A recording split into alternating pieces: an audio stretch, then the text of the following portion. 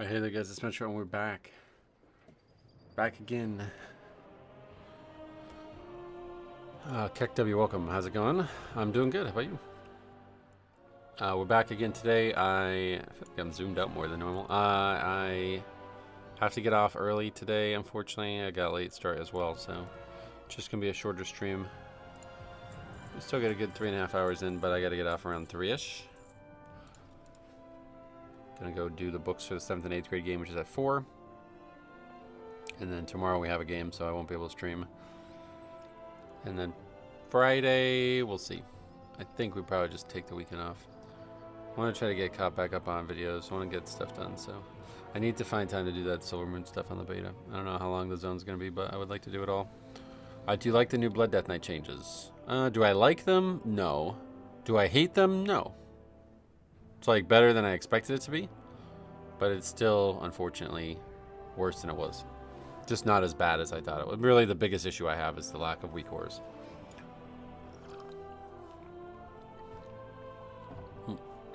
That's a cool art. That's I always forget somebody from the stream. Matt from the stream, right? Let's get a another round of add-ons downloaded. Forgot to do that. But yeah, so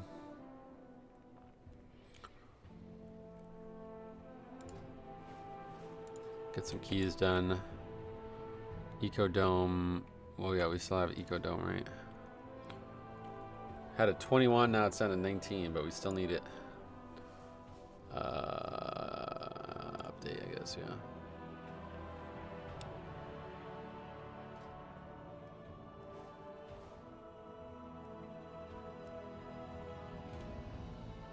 Kyle, that's him, right? That's you? Coolerg? I know I always forget your name. Sorry, brother. The in-game names being different than the YouTube names. That's the biggest trip up for me all these years.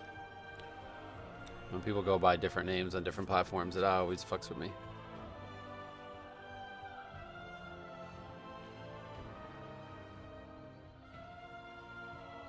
All right.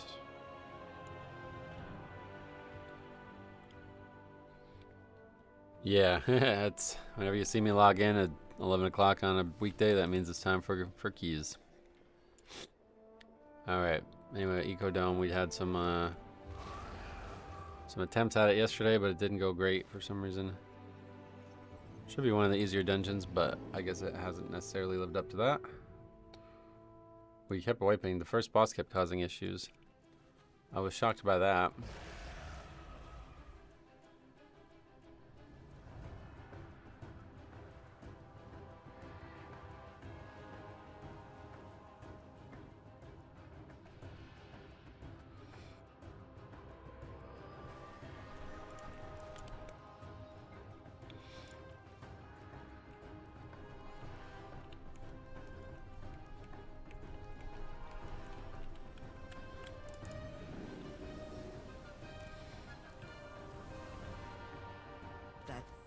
Where's PNG? Control of the dogs.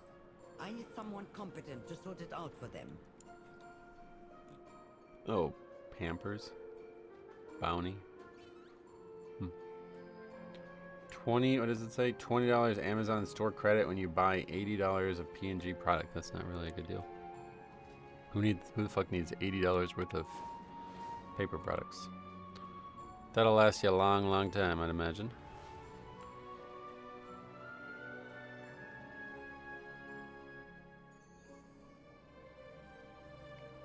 But we do have some interesting submissions as of yesterday. At least the email. This +9 Gambit has everything, and Floodgate 5 and the Confused Innocent Tank. So we got some videos at least to do.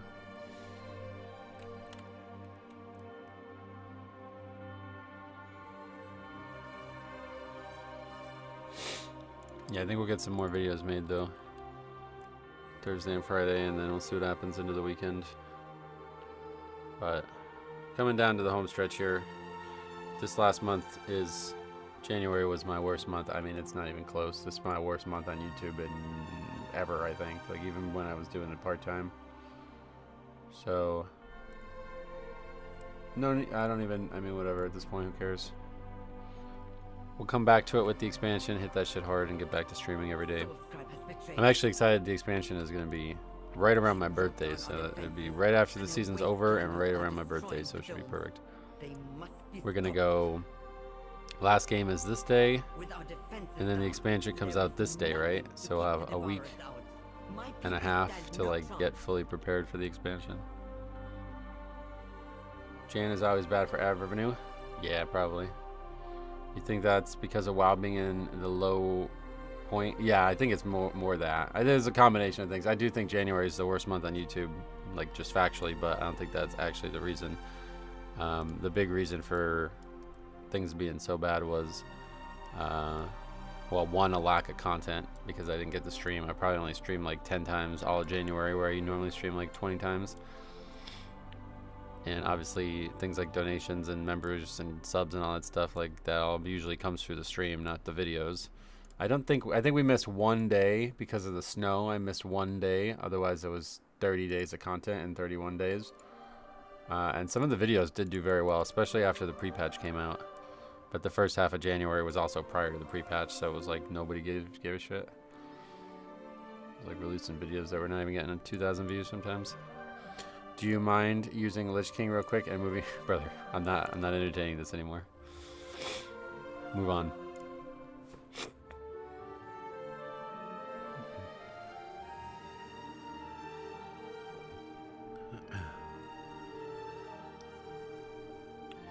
And there's just like no players today, huh?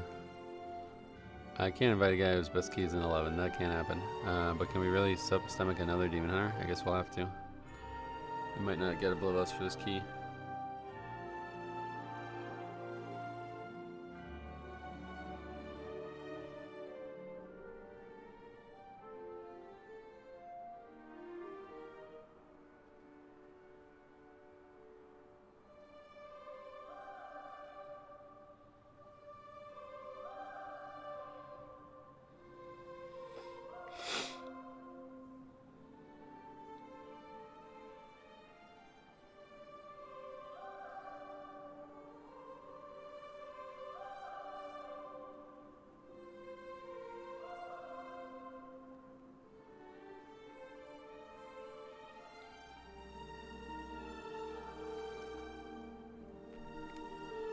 Can you prove that? I mean, I don't believe you. Sorry, man. Like it's either an add-on causing that or it's not. I mean, like the spell has changed. Like in the database, the spell has changed. You can see it on Wowhead.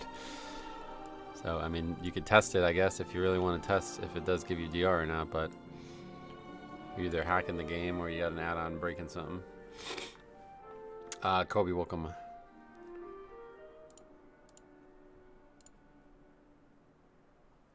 What? Got a random email. What is this? Windcraft? Is this? What is this? A phishing scam?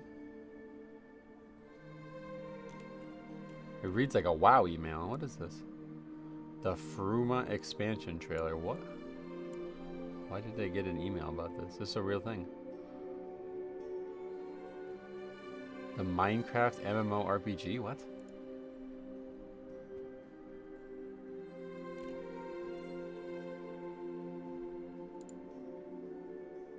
Haven't played or read much news lately. How's the general feeling towards the new expansion? I don't know. I don't really feel like a lot of people are talking about it.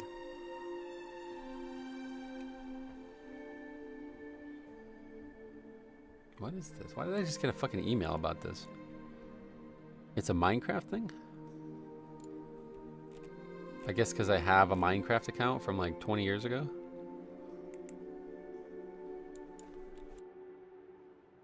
It's an actual game.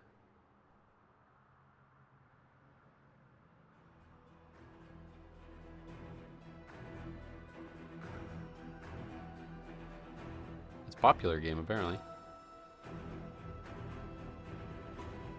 I have no idea why I got an email about an expansion to a game. I don't even know what it is.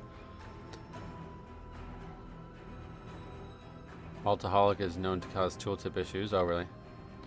January and February, everyone broke because of Christmas. Tax returns hit March, and then subs will become Welcome back. Stay up, brother. Yeah, I was just bringing it up just because it's like, I was like trying to like, force, like I want to stream. Like it's not like I don't want to stream, but what I'm saying, it sounds like I don't, but I do want to stream. It's just I was trying to force myself to stream as much as I could, because typically that drives increased revenue. But it's like January was like so fucking bad. Like December and November weren't great either, but they were only like probably like 15% lower than I needed them to be. And December was like, or January was like half of what I needed financially. So it's like this, no, like I'm not gonna just suddenly make up for that with 2 streams this week, you know? So we'll take Thursday. I got the game Thursday, and then 1 more week of basketball, and then it's over. And we'll be hitting it hard after that. I need to get the end of season Disband review done as well. I haven't even started on that, but that won't take too long, I don't think. It takes like usually twice as long as a regular video, so it might take me like 2 or 3 hours of recording and maybe 1 or 2 hours of editing only. It won't be that bad. Alright, well at least we got Lust. Hopefully we can actually upgrade this, because this is our worst key now. But considering we had 21 and now it's 19, that may not happen. New expansion, new Metro. Well, yeah, it's perfect, really, because, like I said, basketball ends the 14th. And then, you know, a week and a half later is the expansion, right? Am I right? It's the 26th, right? It has to be. So that's pretty exciting.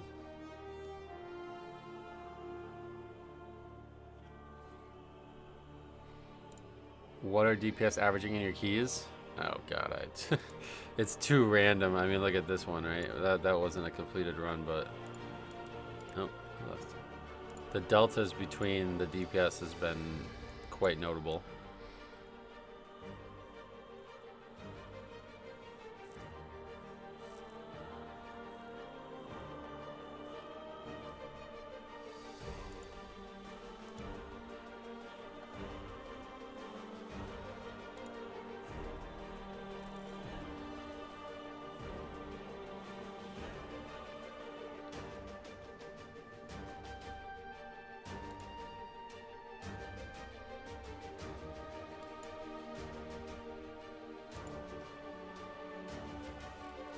Yeah, it's like, we talked about it yesterday, because we actually had 1 key where all 3 were pretty close.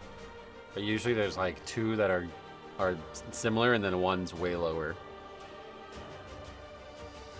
It's really hard to tell, like, when you're inviting people right now, because it's very easy to get carried, it looks like.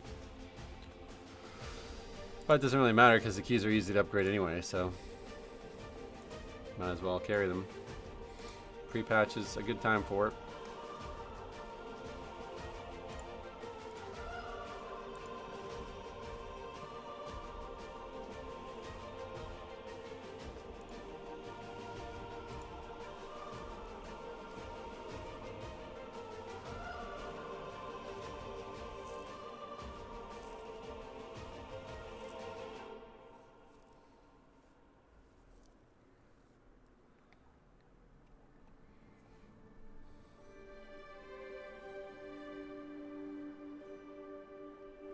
Alright. Yeah, 11:30. Gotta be off at 3. So we should still get a good amount of keys in, but see how it goes.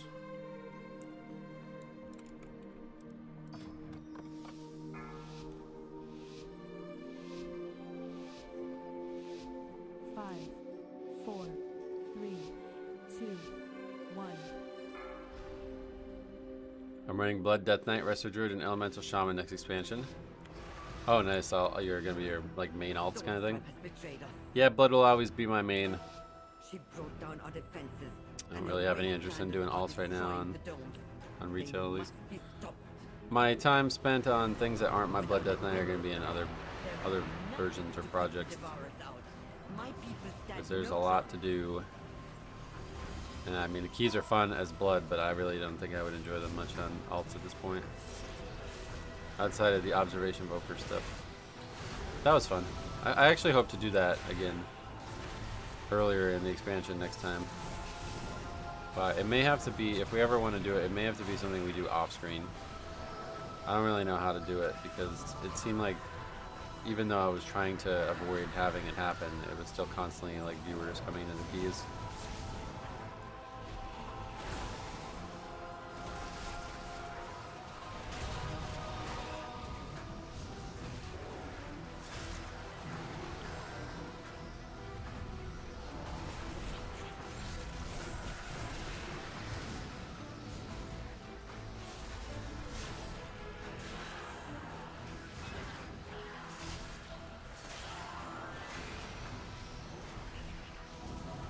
I should make a new one without my name attached to it, and then just do it off screen or something. Maybe, I don't know. Record it only.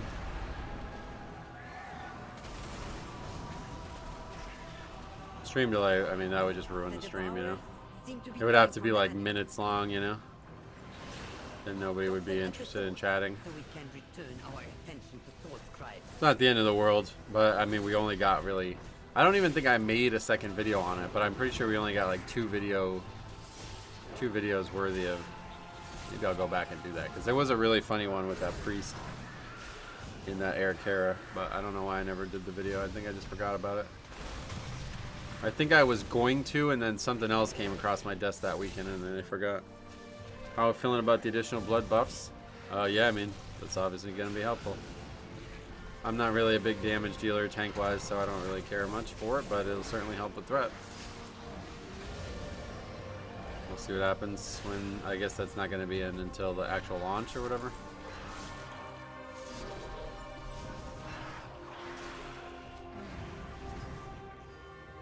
Look out! Something is coming up.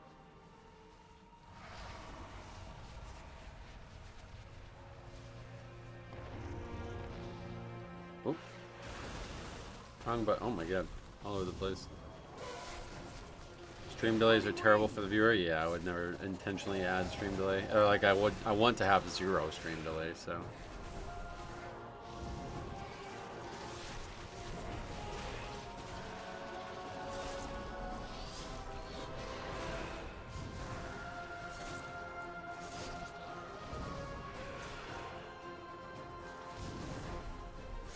All tanks got damage buffs, even prop pally. Oh, really? So it was probably just a response to threat. People kept complaining on threat. Can you flash your current talent build? Yeah, I can show it to you right now. Take a screenshot though, because I can't leave it up for very long.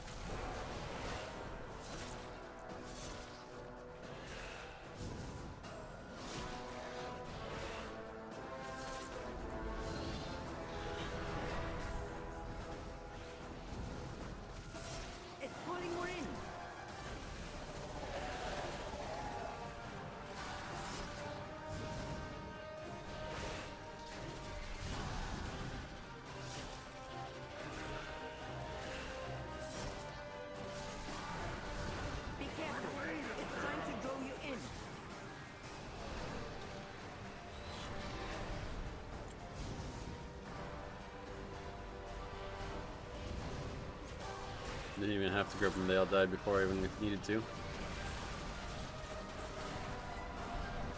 That was the weird thing yesterday, we weren't able to kill the ads fast enough on both attempts. That seemed weird. I'm loving how easy these pre-patch This pre-patch is my guild is making bank. 2 weeks in a row we sold 3 mounts. Oh, nice. Like, it's so easy to clear it, you can sell a bunch of people at once. Is that what you mean? Compared to before, I guess. Top Alley is the most boring placed out. Oh, why? I don't think I've heard anyone say that before. With that thing dead, we can return to the real problem.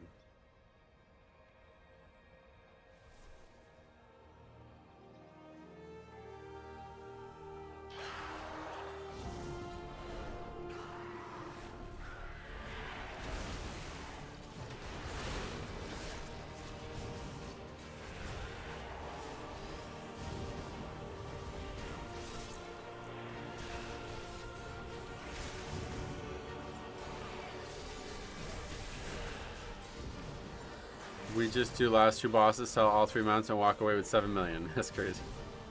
But you couldn't. I was like, you couldn't do that before. Is that what you're saying? Has the price had to go down because of that, or not really?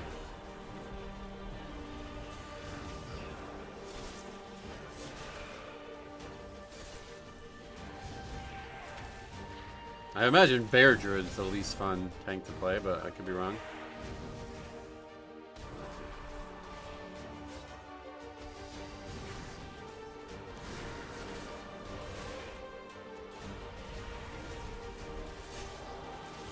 Oh yeah, anyone who's killed it can sell it now. It's joke mode. Oh shit.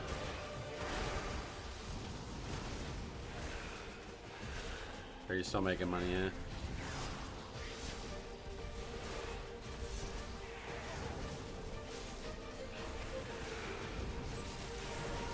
New prop palette with Lightsmith is great. You get a crazy amount of Grand Crusader procs to extend wings. That sounds fun. That's the Sentinel talent that does that? Is that what you're talking about? I vaguely remember some of the stuff, but not enough.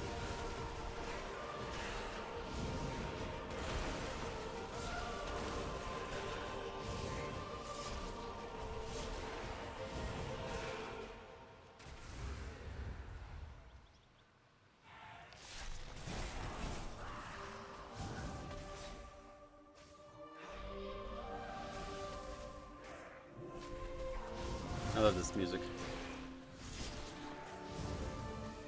Sometime soon I'm going to do a full Silver Moon playthrough on the beta for the second channel, and I can't wait to hear the music there. I hope it's going to live up to the original music. The original music in TBC's Wealth of Loss area was excellent, honestly, still.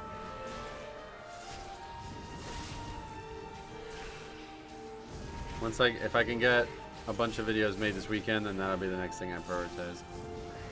Hopefully. I think we're at a good stopping point for developing on Azeroth Core. I did a little bit of a playthrough last night just because I had a few hours after not having practice. I did about 2.5 hours on it, and man, it is hard. Shit is going to be very hard. I'm actually eager to see how it plays out. I think we finally managed to hit the sweet spot on making world content in Classic hard. Like, truly hard.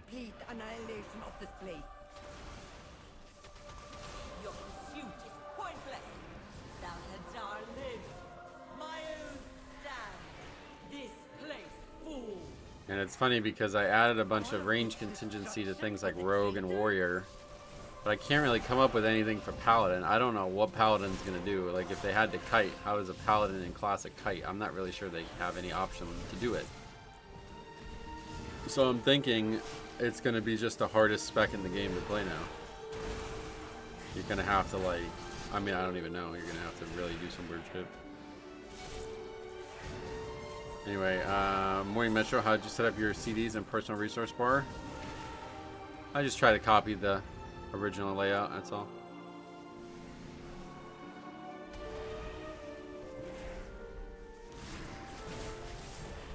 My original weak orders, you know?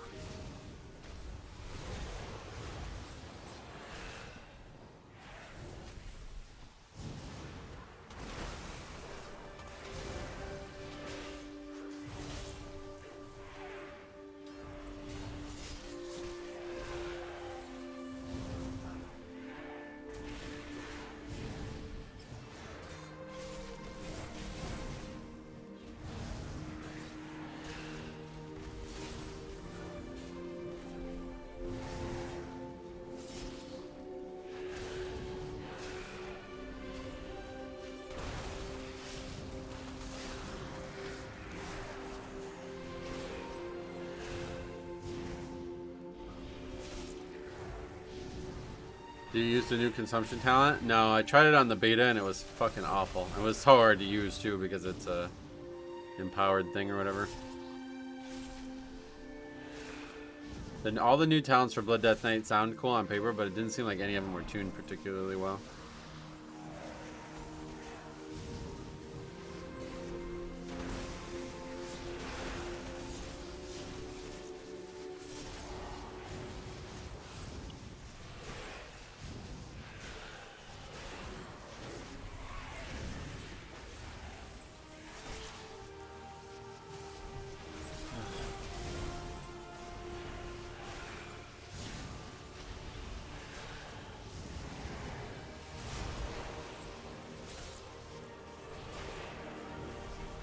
What actually spawns the boss? Is it all three of these mobs dying, or is it just the big guy dying?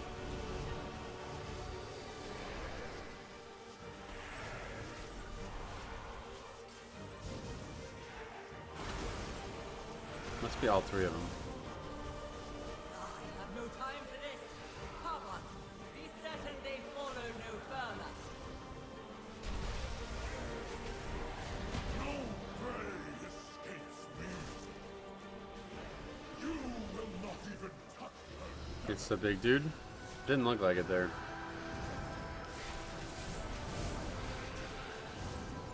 All the mobs in the pack in front of the boss need to die. That's okay, that's what I thought, yeah.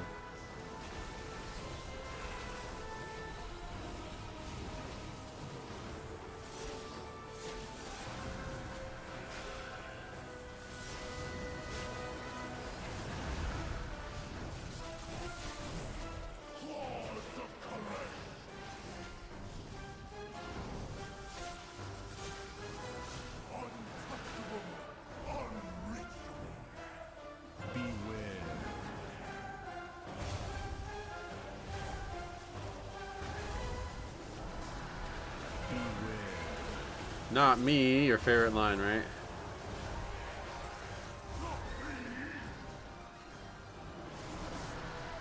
Greetings from Ukraine, welcome. Oh yeah, how's it been over there?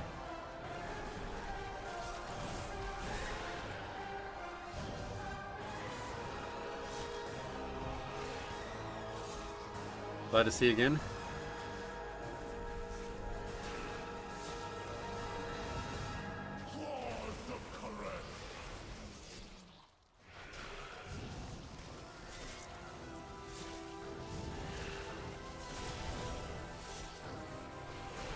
Cold as well. Yeah, I guess it's winter there still, huh?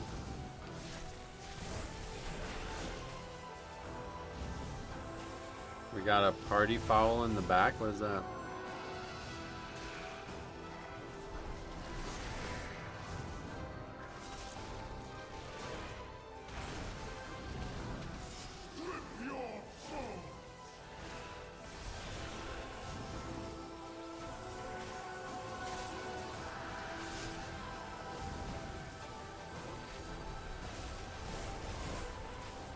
Oh, in the raid. I never did the raid. Can't wait to someday do those, but probably won't be able to solo them for a while.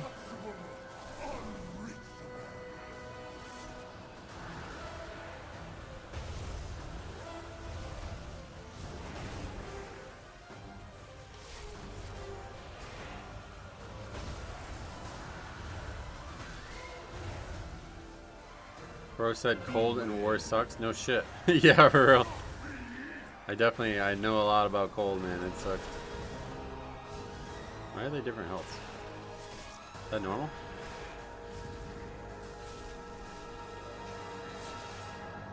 What the fuck? The raids are so easy to put right now. Pug? Oh yeah, I'm sure they are. That's not why I haven't done them.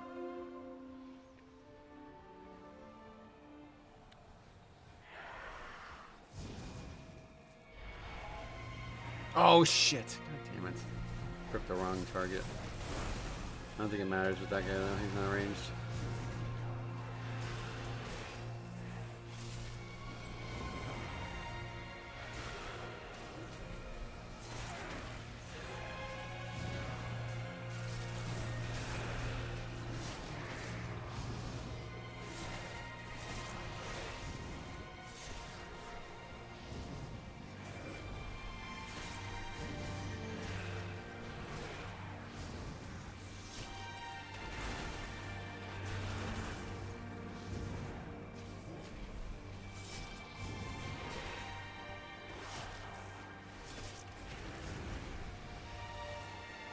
My favorite raid NPC speaking is when the guy in Siege Wargammer goes, "That was really not the correct code." Oh yeah.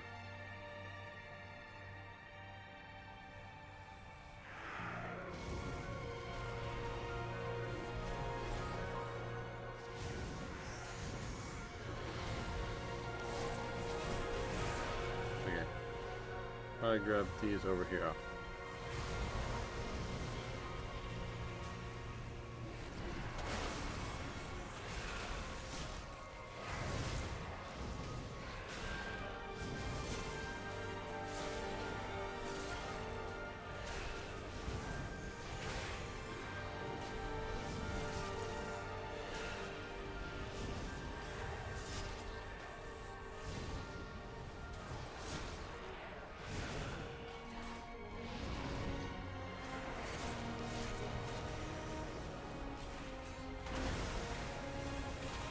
Do you plan on playing TBC? No.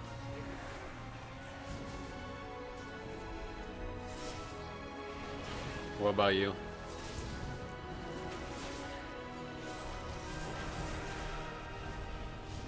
If there was a way I could start at 58, I probably would have at least gave it a few days, but I never got a character to max level. Probably not, yeah. Unfortunately, Classic is ruined by its player base, so I'm currently in the process of making my ideal version of Classic, and it does not include other players, so all my time has been put into that recently. It's been very addictive, to be honest, like very addictive.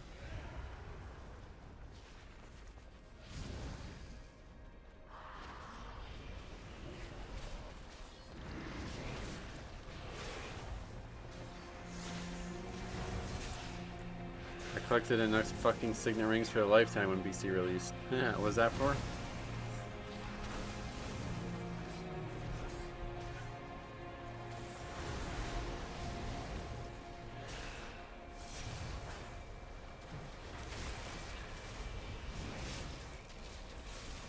But definitely got some buffs to the base kit. Yep. I probably won't ever use Consumption unless it's very powerful defensively. It's too clunky of a spell to use in the middle of combat. I couldn't get used to it, and then when I did use it, it seemed terrible offensively, so. Oh, the Scryer rep, right.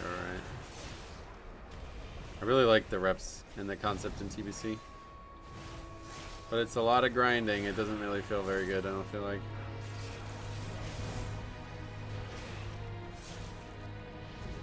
Nice to see Devour pumping, oh yeah. Yeah, they've been pretty good.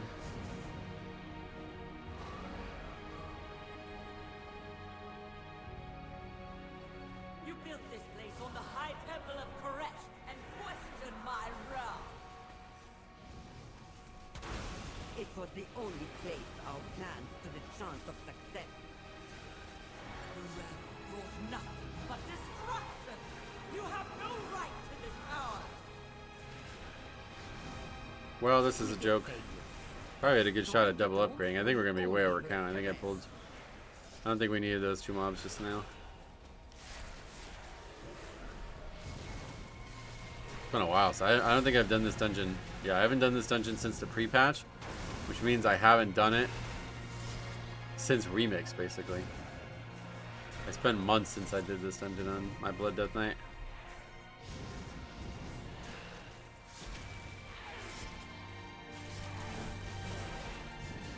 Yeah, we're way over count. Didn't need that, but whatever.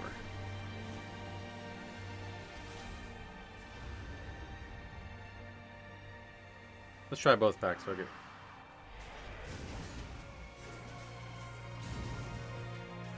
Why is that not? Huh? I'm not close enough to...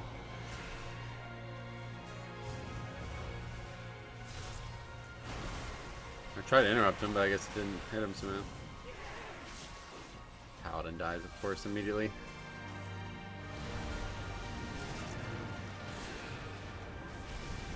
After work and gym, I'm going to mindlessly level up mining and herbs before TBC releases tomorrow. Oh yeah, is it easy to do? I don't know if it gets any easier in TBC or what.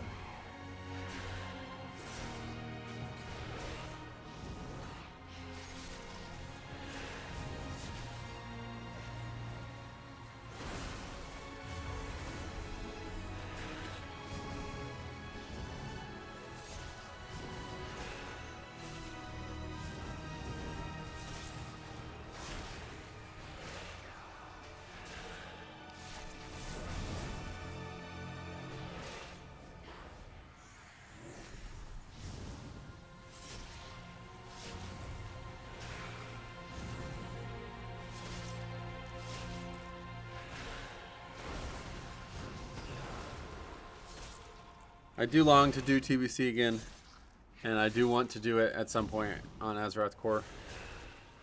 I feel like there is a lot of good content in TBC, and I just totally overlooked it, trying to make the best version of Classic.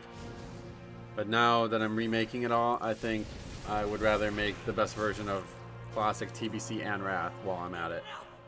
So that's what we're trying to do. Everything we did before kind of stopped at 60, but now I have plans to try to see if we can take it all the way to Wrath.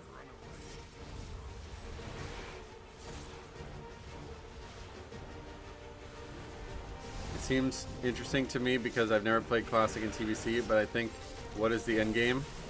Yeah, after Classic itself, things start to fall apart. It's like basically just raiding it there, and there really is very little content in TBC. TBC was a great expansion for a few reasons, but if you don't love raiding, it's terrible. Because the only other content is like rep, and it's like kill mobs hundreds of times to get rep. That's the way you get rep in TBC, basically. There are like some dailies and some world content that's not just kill mobs, but it's not really very compelling. And the weirdest thing about it is there's no world content that comes outside of one. Like Quell de Nos is the only new world content that comes throughout TBC.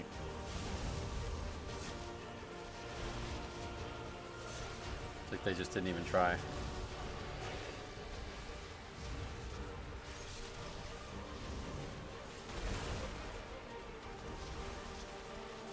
I think like leveling 1 to 60 in Classic is insanely fun. And then past that, it's like things start to get a lot more boring. Why are people running keys now? For fun.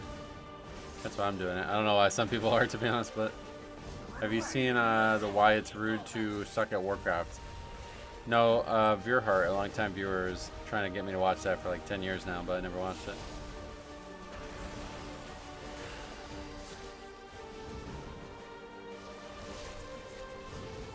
Someday maybe we'll do like a reaction video to it or something, I don't know, but... Who made that video?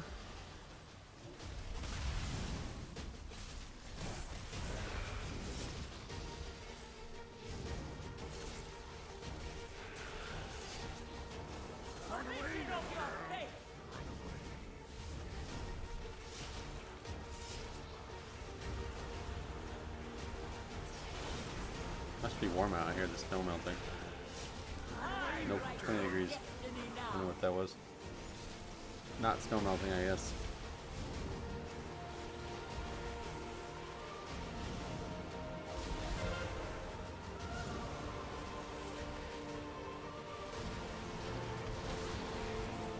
After 10 years, you're gonna watch it? Yeah, I mean, I really have no interest in watching it, but I've heard so many people bring it up that it does sound like a lot of what we talk about is encapsulated in that video. I fought it for a while too, but it's actually interesting. Holding Ideas? Oh, I don't even know who that is. I thought it was like a WoW content creator or somebody. Our agreement Oh yeah, look at that. for now. Resilient 18, sweet. 35 points for that, holy shit.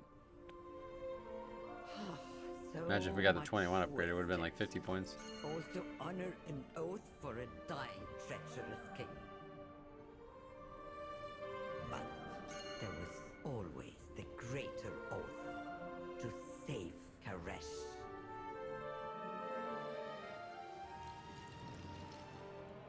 Alright, very good. Joke mode. Donnie breaks. I'm going to leave soon. Can't decide between Rome or Prague. Oh yeah? One's probably a lot more expensive than the other, I'd imagine. Okay, so that guy's like way, yeah, that guy's 143 out of all. That's not gonna happen. This guy though, this guy looks familiar. What's this guy? Demon Hunter? Huh. We can invite that guy. Boogers. Okay. No druids. How bad is the UI situation? It sucks because they got rid of great add-ons or like accidentally got rid of them, but it's not like it's actually not that bad. We lost some things that we'll probably never get back, like the damage type weak aura. But and honestly, I don't even think that's banned. I think that's just not possible without weak auras or an add-on that does it, but nobody but me wants it, so I don't know. Somebody should look into it and see if it's doable, but I'm not gonna be the guy.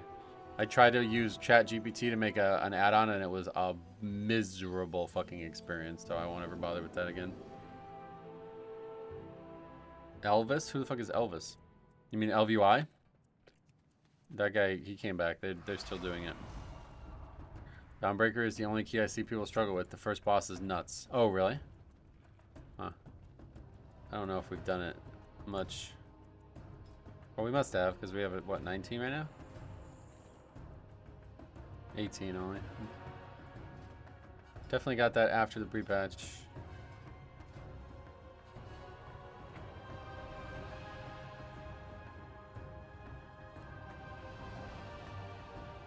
Yeah, I don't think he ever went anywhere, to be honest. I don't know.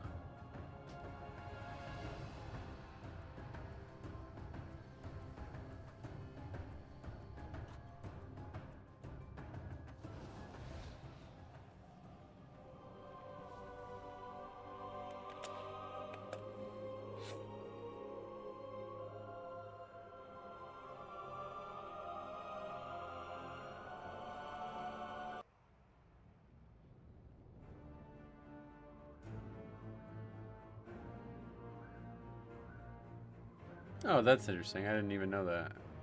Is that a new thing?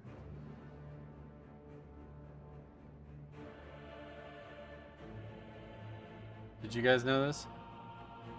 If you change your skin color to the fel for Demon Hunter, or for what the hell, for Draenei, the racial changes to a fel racial. That's cool.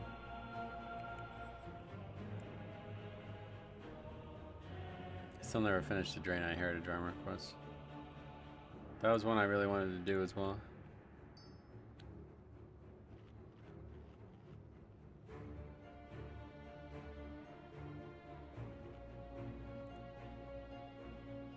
I think it's fine, especially as things settle and Blizzard improves what they have.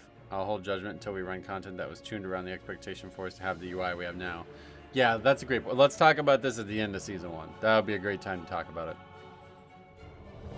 It's a lot worse since the devs of Weak Wars decided to stop maintaining Weak Wars, so a good amount of out-of-combat UI is still possible, but add-on devs are playing catch-up. Yeah, that's what I mean. Like, I bet a lot of the stuff I used to use is still possible. It's just not the add-on gone, so.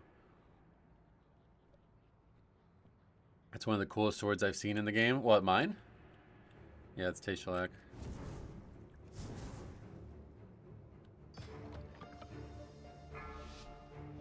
I'm gonna talk about it all season. Well, you're well. I'm not saying we can't talk about it. I'm just saying, like, it'll be interesting to have this conversation at the end of the season. 2, 1. Since the decimation of our armada, we have suffered many losses against the Nerubians.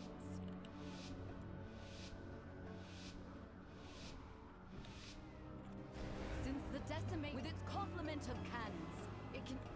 Wait, who are those intruders?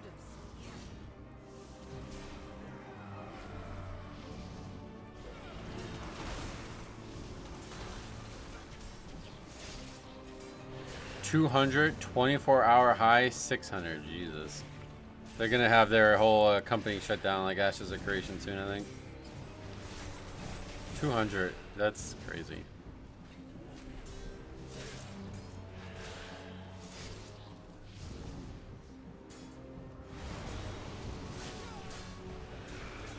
I just was talking about this with somebody because there's like a pretty popular TBC private server right now that I assume is going to just totally die once the actual TBC launches. But we were talking about what the reality of it is.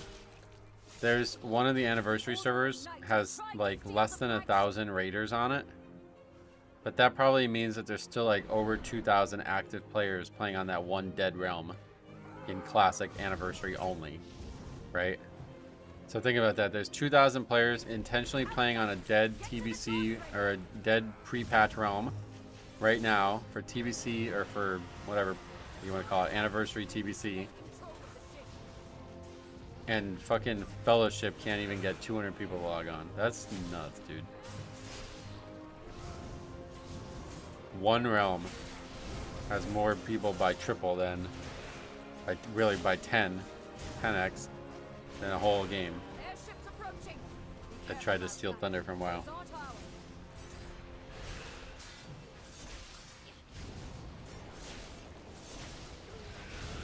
Yeah, there'd be more people at a large local bar than playing at Fellowship.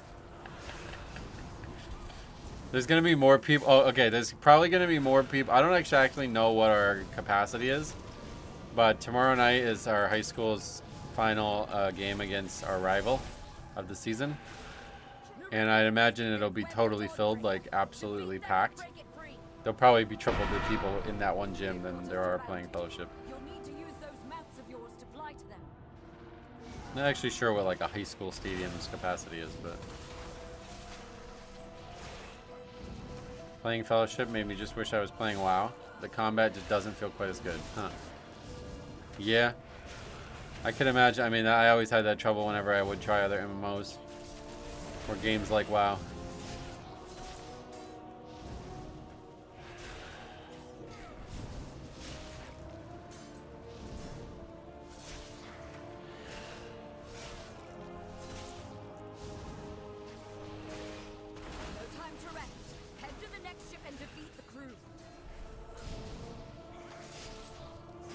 Honestly, for me, it's the price. $25 seemed kind of steep for a game I haven't even tried yet. Oh, that's expensive, you would say? Is it actually only $25? That seems pretty cheap. Considering we were just bitching about Elden Ring's expansion still being $40. But I guess paying $25 to play a game with 200 people is probably not really a good investment.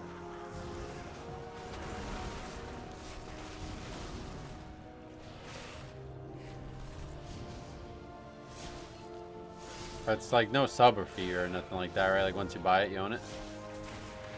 Don't buy it now. It's probably going to be closed down, to be honest, I would imagine. I uninstalled and got a refund the same day I purchased it. Oh, really? Aren't most games bought before playing them? Not all. You remember they used to be demos, dude. Man, I don't think they even do that shit anymore, do they? Outside of like a WoW beta type thing, I don't know that there's many games out there that you can demo before you buy them. How does a queue-based game work with 200 people? I don't know. It's honestly making me want to go and find out. Like, we gotta find an actual guy who's still streaming it and talk to him. I would actually be interested in doing that because I have a feeling it would be a hostile conversation. Like, I bet the person would not be happy. Like, they're gonna be defensive about the situation, I'd imagine. It'd be interesting to find somebody who genuinely loves the game and just doesn't care about it, like succeeding or failing, and just wants to talk. If we could find somebody like that, I would be very interested in having a conversation with them. Let it embrace. The night guides me, empowers me. Nightmare probably. Welcome. I'm doing good.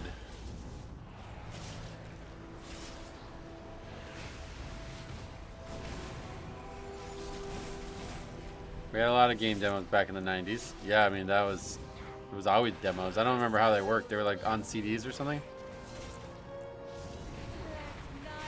But I remember there was like a demo for Final Fantasy VIII. And it was like this one part where it was like this speed run thing, and it really turned me off the game. But then I don't think that was the actual first part of the game. That was like pretty deep into the game or something like that. I don't remember exactly. I think I only have ever played that game once. All the other Final Fantasies I played a lot, but that one I only played once. Some Steam games still do demos. Tried out Octopath Traveler before I bought it. Oh yeah. I mean, Steam by default does it because you could refund the game within 24 hours no matter what, right? Is that like a fact? I've never refunded a single game, but I came really close with Elden Ring, which was kind of crazy. But besides that, I've never refunded a game.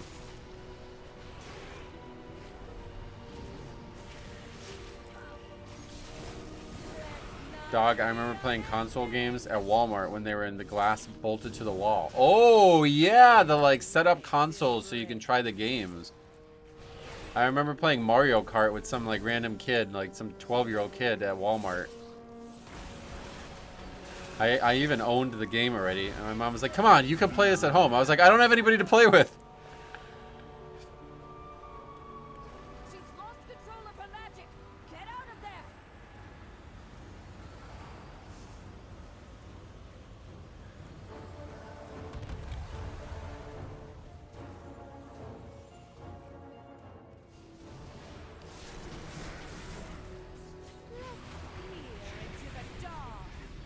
Whenever my mom went shopping, my brother and I ran to that section and just played games. Yeah, that's a great memory there, honestly.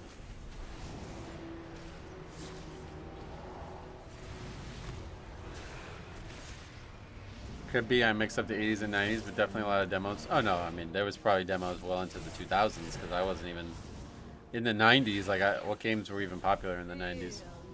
Nintendo, like regular Nintendo and Super Nintendo games, I guess. I didn't really, like, I was too young at that point. I was born in 89, so my first real, like, power gaming experience was Pokemon. And then after that, it was Warcraft 3, Halo, and WoW.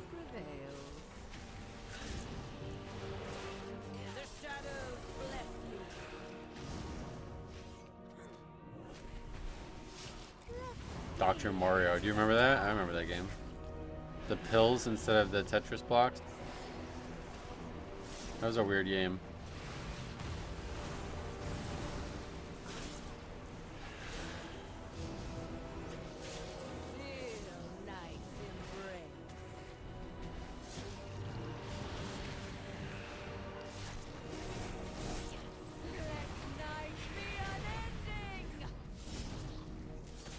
Remember having a ton of demos for the first PlayStation? I think they came in a magazine. Yeah, I think they came in like little discs, right? And then there would just be a different version of the game on the disc or something.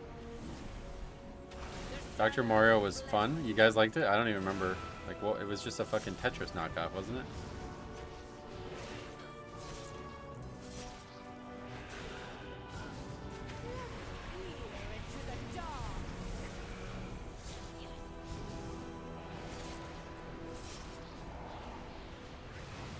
Pizza Hut gave out a demo. Ooh, Pizza Hut. I'm gonna be at the gym from 3:30 to 8 tonight, and then from tomorrow from 2 to 9. So I might have to get some Pizza Hut.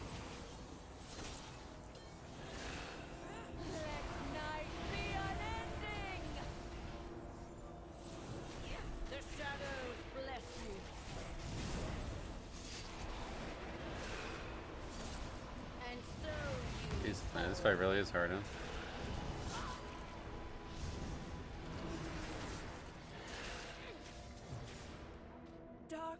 Electronic Gaming Monthly would send you discs with demos in them. That's how I played Spyro and Crash Bandicoot. Oh yeah. Now, what does this actually do solo? I don't think I've ever tried soloing it.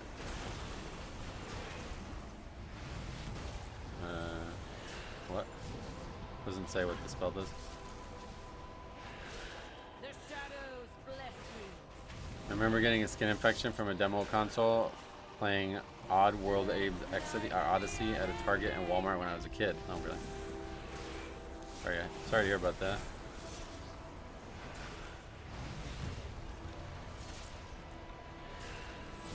I missed the little instruction booklets that came with games. Yeah, that's actually, I agree with that. This fight's really fucking annoying to solo.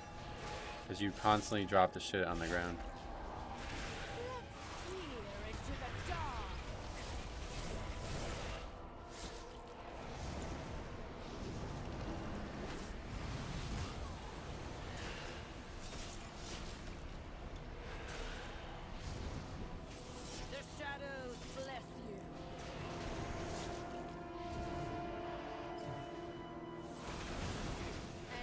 I don't know how I wasn't dead there. It said 0 health for like 10 seconds or something. You used to get physical maps in the packaged? Oh, really? At this level, I can only heal this boss with my druid. It just can't do enough HPS to cover the dispel. Huh. Didn't realize it was that bad. The CD lyrics booklets. I read Disturbed first booklet like 100 times. Ooh, yeah, the CD ones too. I remember that. There's some really good art in those. Around 18 is the cutoff for the others. Oh, yeah. Yeah, I haven't seen this dungeon enough to know if there's a problem with it or not. The night guides me, empowers me.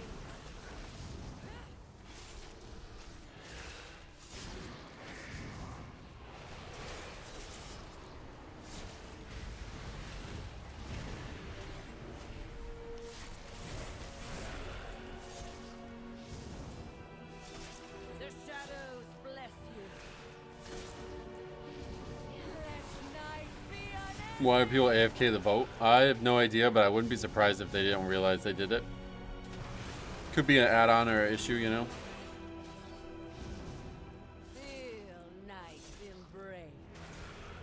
I don't know what actually happens. Like, I'm not really sure if you don't vote. If you don't vote, it doesn't count at all? Or does it just count as no if you vote, if you don't vote? Peer into the dark. The shadows bless you.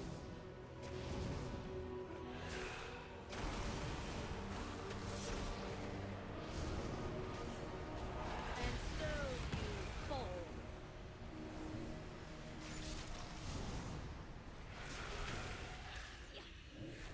Let night darkness prevails.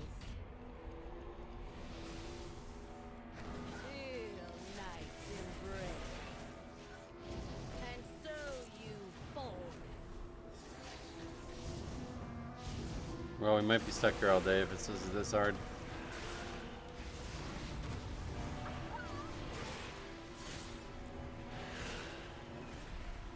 Pretty sure it counts as no. That is how it works in other games. Yeah, you would hope.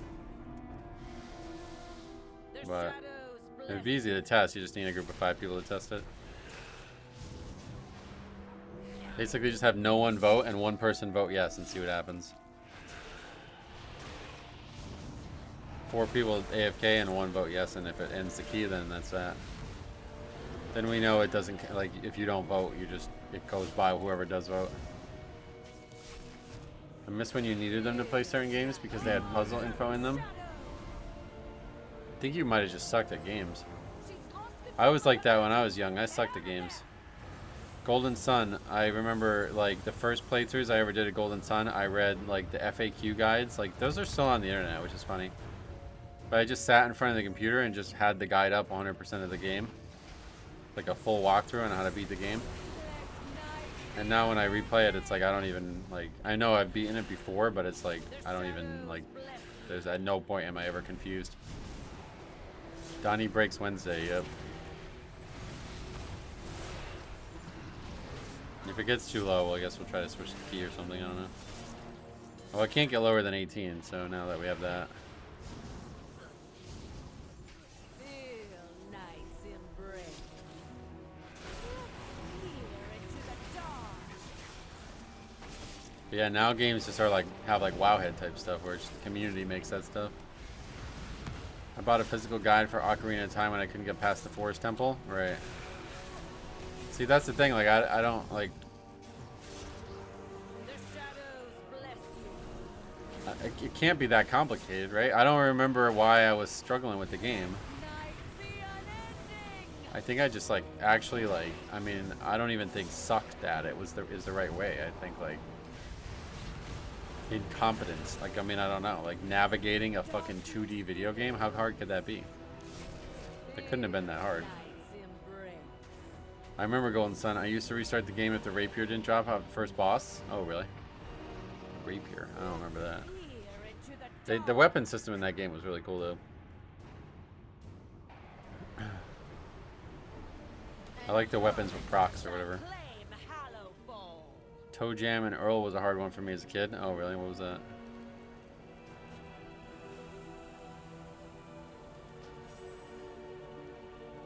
But yeah, Golden Sun's got one of the coolest concepts in a game ever, if you ask me. The synergy system and how you use it to move objects in the world was genius. And I wish there was like Golden Sun ROM hacks that like expand. Like like a Fire Red. You know how like Fire Red is like full games made inside Fire Red that are not Fire Red? I wish there was like Golden Sun universe ROM hack that like just changed everything about the game but still offered the system. Like if there was like Golden Sun RPG Maker, Golden Sun Essentials, I would love to mess with that.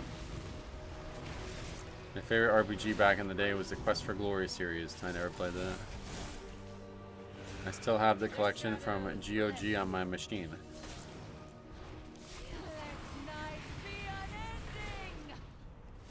What is going on? It must not have been coming up on their screen or something. Yeah, that's what I said. It's probably an add-on or something.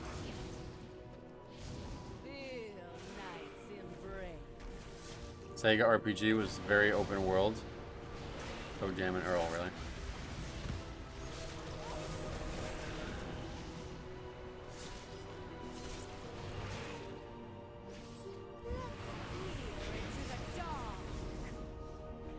Probably the only game I played as much as Pokemon, huh? That says something there. And I forgot all about Puckman. Spending a lot of time.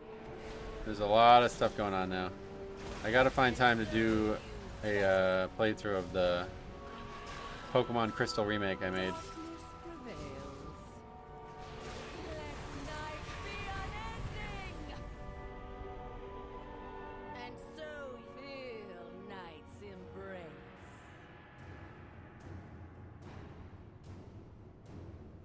Let all be given to the eternal night.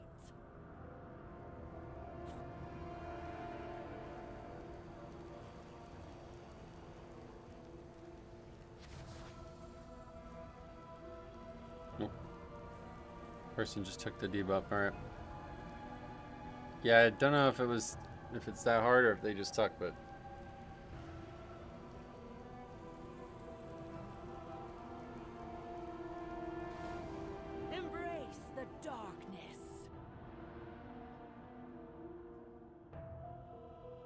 I have to run downstairs real quick. I'll be right back.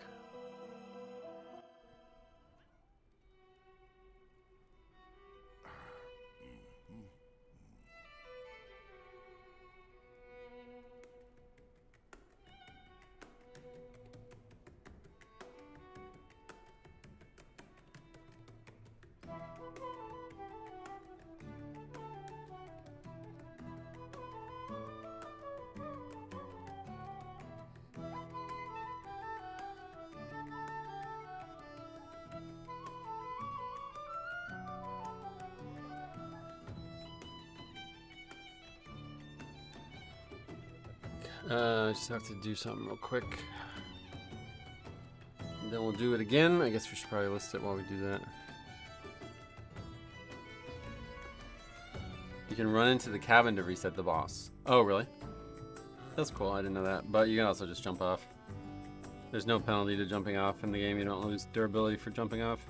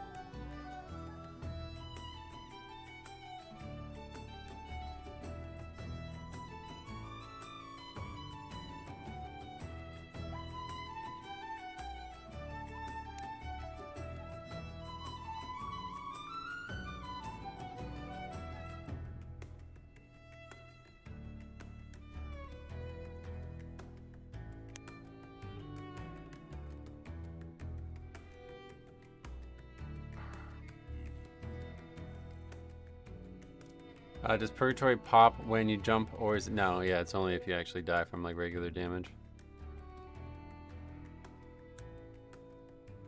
What's up, Dukin? What's up? Long time no see. How do you feel about the new Blood Death Knight buffs? Yeah, cool. I mean, well, I fucking hate, I hate getting buffed. No, it's like, they're great. Thanks, Blizz. Not really gonna change anything, I think, honestly, especially because it sounds like every tank got buffs. That's, I didn't actually confirm that, but that's what Faxi told me. So if he's right, then I don't think it's gonna change anything.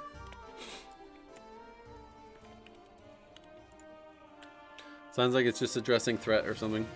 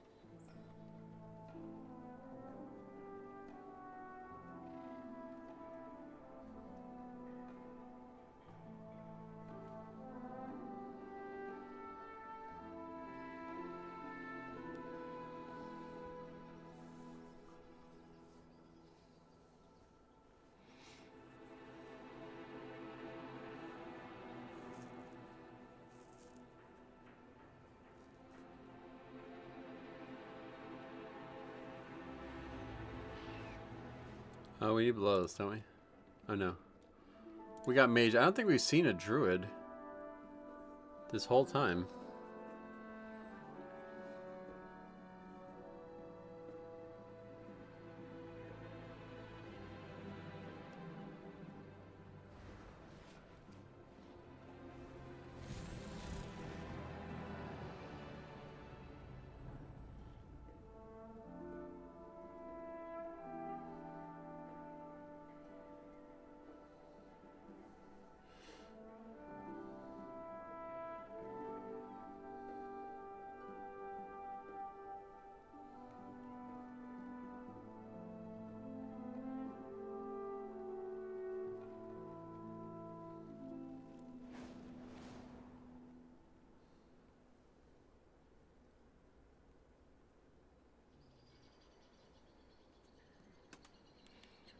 I feel like a lot of healers still don't know what a huge damage spike comes from Obsidian Beam, and they need to prepare for it beforehand.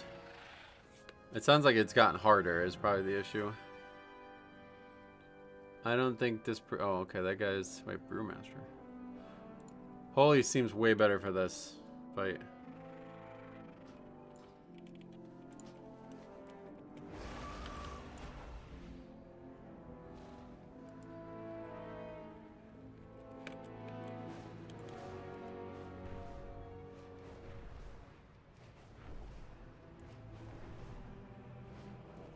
Honestly, we should probably lust there.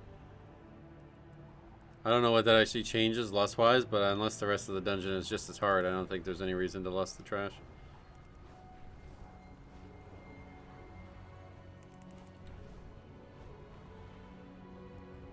If everyone isn't somewhere in the range of 85% health when they're going, they're probably going to get one tap to buy it.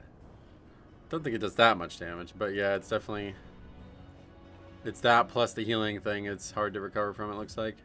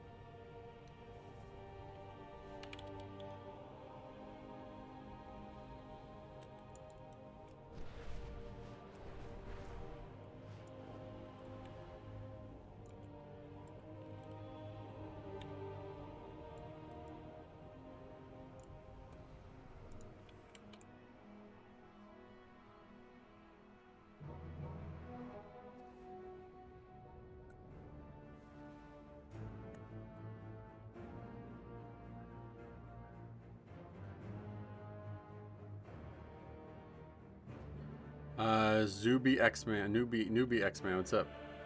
How are the keys? What is your opinion on Sydney Sweeney? Oh, what the fuck are you asking me? She has large tits.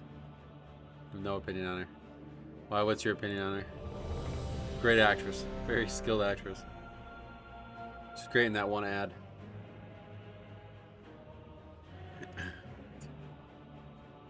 Alright, let's see. Hopefully this key goes well here. I'd like to not be stuck in here all day. Random question. Sorry, yeah. Sean Strickland said it best. Crazy what a pair of tits can get you. Alright. Everybody's ready. Let's see what happens.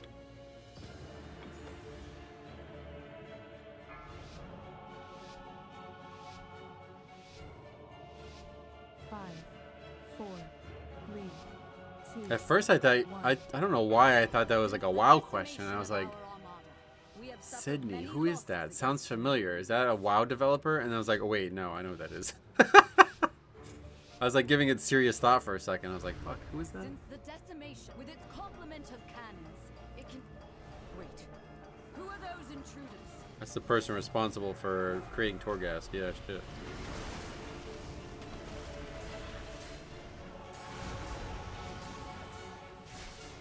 Strickland just says whatever's on his brain. He's something.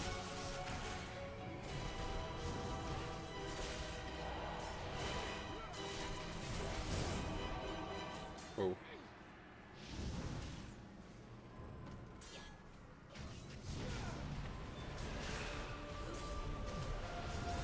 I don't think we even lose a lust by lusting the boss.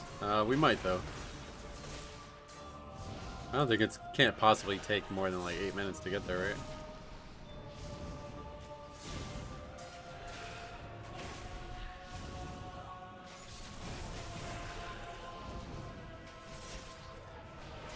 The Order of Night is trying to steal the flagship.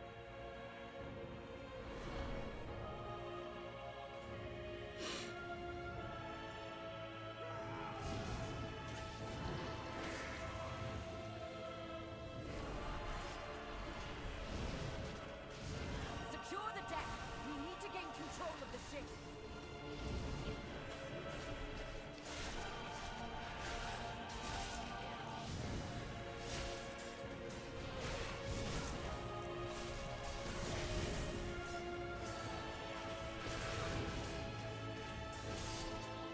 Airships approaching. Be careful, outsider. Those aren't ours.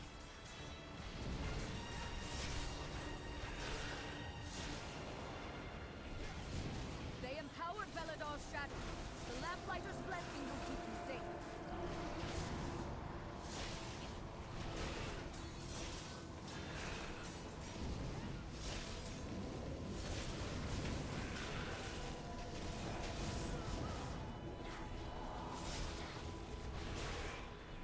What was this?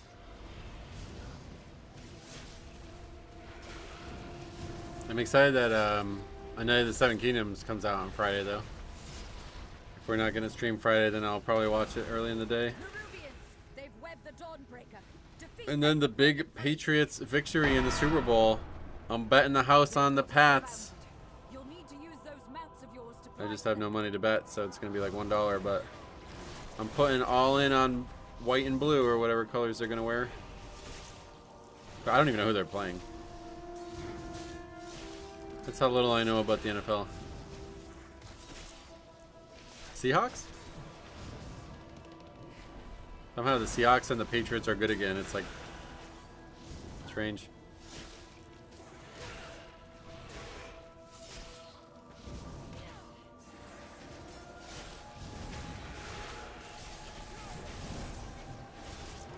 No time to rest. Head to the next ship and defeat the crew. No.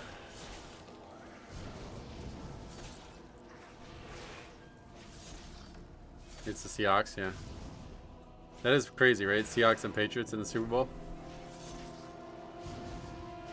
Triple Tap, what's up? Welcome.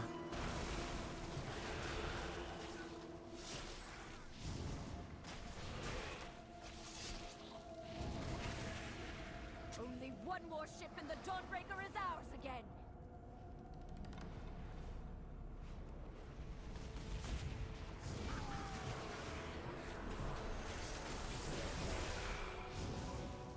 feel like we've seen that matchup before. Yeah, we definitely have. Not really an NFL guy, so I don't know when we have, but I'm sure we have. The days with Marshawn Lynch and Richard Sherman and Russell Westbrook? Wilson. Russell Wilson, right? Wilson?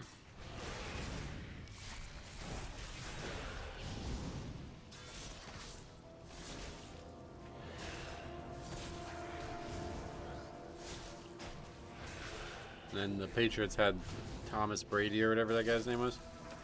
And there's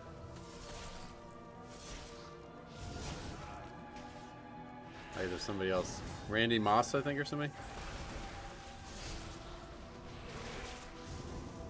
Aaron Hernandez, that guy, yeah. That was the guy.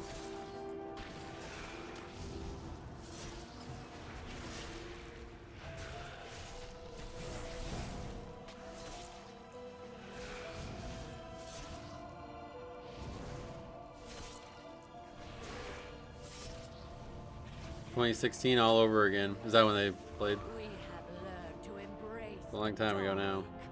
Some of you guys probably weren't even born. the night guides me, empowers me.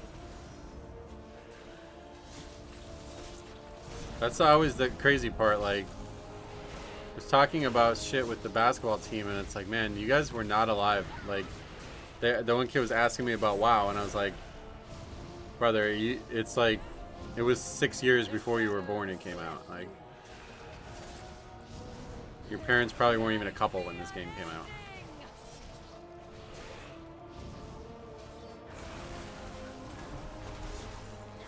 There's definitely some 9-year-olds in chat. Oh yeah. Feel night's embrace.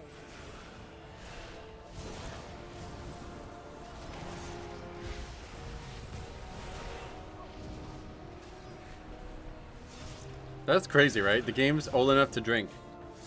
How nuts is that? I didn't even think about that until right now. How did that not get brought up already? 21-year-old video game. The shadows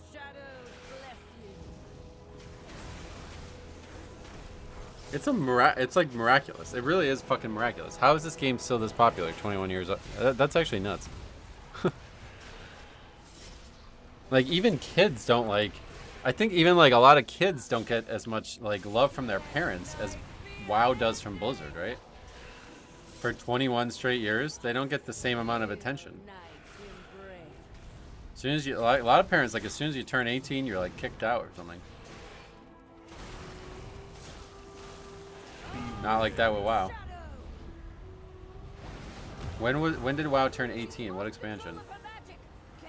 That would be 3 years ago now. So that was at the beginning of Dragonflight, I guess, right?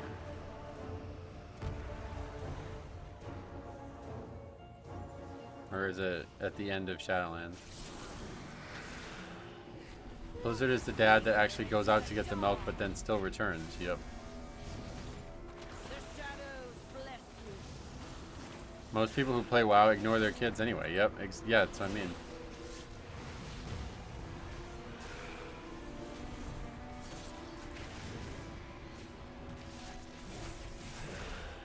Most kids don't pull in over 100 million annually. Feel night's Yeah, embrace. that's a good point.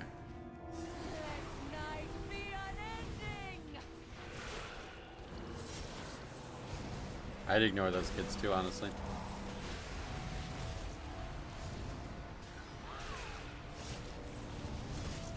It seems a lot easier, at least for the Holy Priest, maybe, but also because it's 19, I don't know. The shadows Looked like there was going to be a death there, but we got through it. Definitely seems like Lust here is way better. peer into the dark.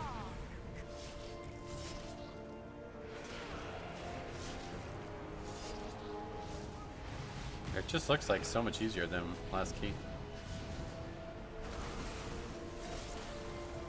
Feel night's embrace.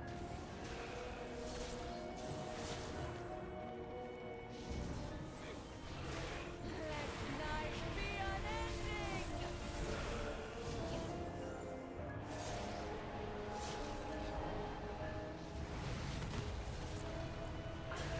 Nice work from the priest.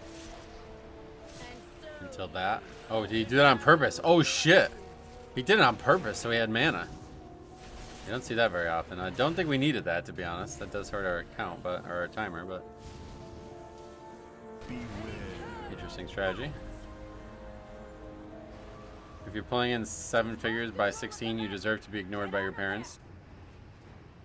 At least that's what I tell myself. Oh yeah. I think it's the other way around. But yeah, there's not a lot of people in that boat, I think. What are you guys doing over there? I feel the dog's embrace.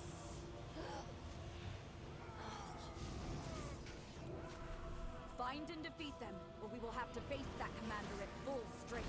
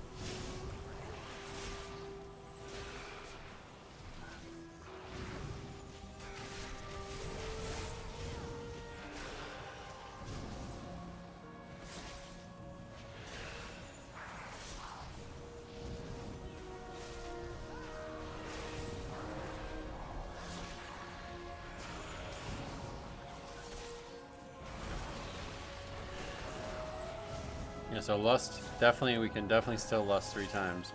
And I think we should. It's just going to be probably, it's still probably going to be at the same place, actually, yeah. It doesn't really change anything at all, I don't think.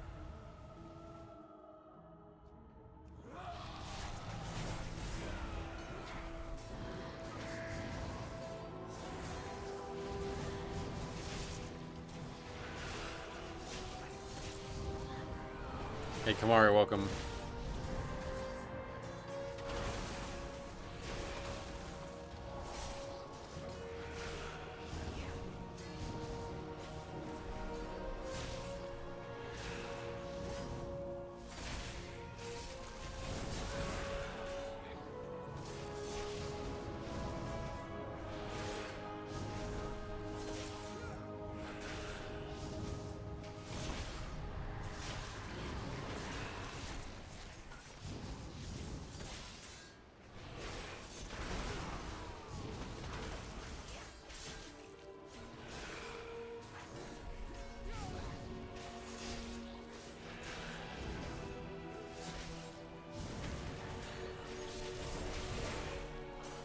Kinda destroying this key though so far.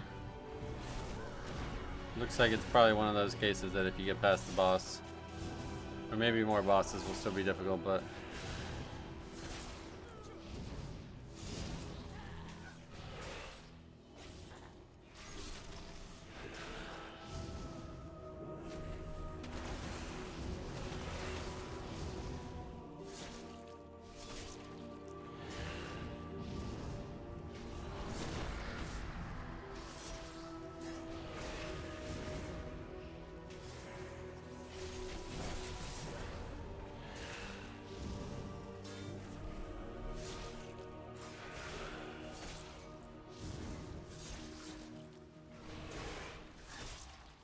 They tried to defile our faith.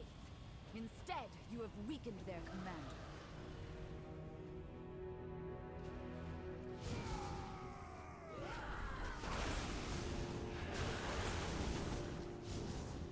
Yeah, we'll still just lost the next mob. No change to that.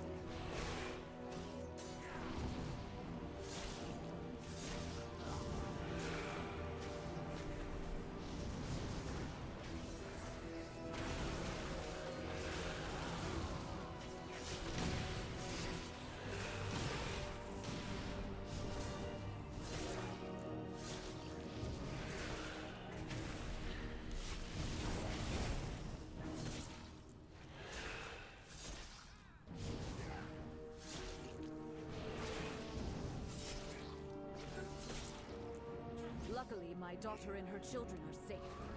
You've weakened the commander and cleansed my home. Thank you.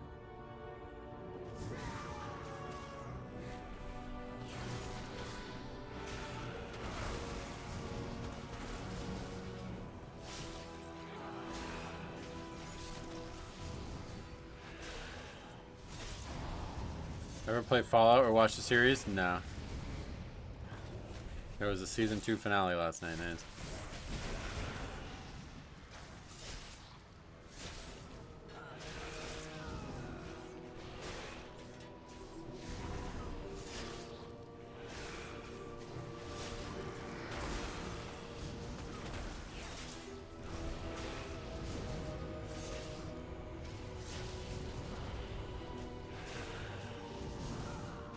I'm too encapsulated by, or encapsulated? What? I'm too captured, I guess, by a Knight of the Seven Kingdoms right now. I'm excited that the next episode's going to be on Friday instead of Sunday because of the Super Bowl, so that's cool. Oh, we did just talk about that.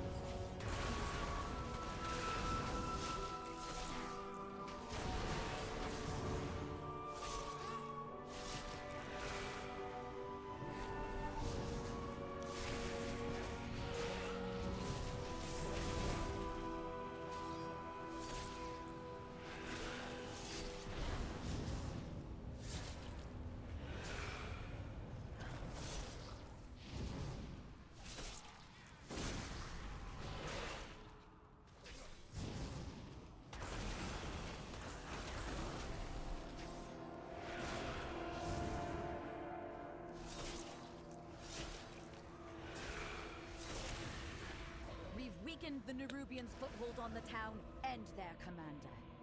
Okay, 12 minutes of this split. This team is great. I still have power enough. As long as no issues with the boss. We did lust here, which is kind of strange. Holy Priest, yeah. Honestly, I think they're really good for this dungeon now.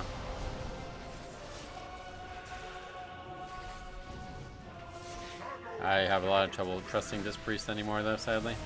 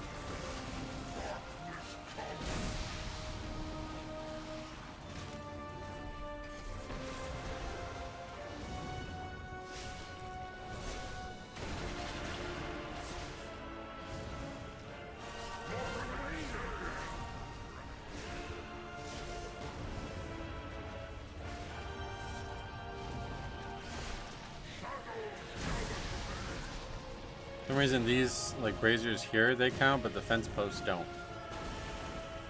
You gotta be prepared for that.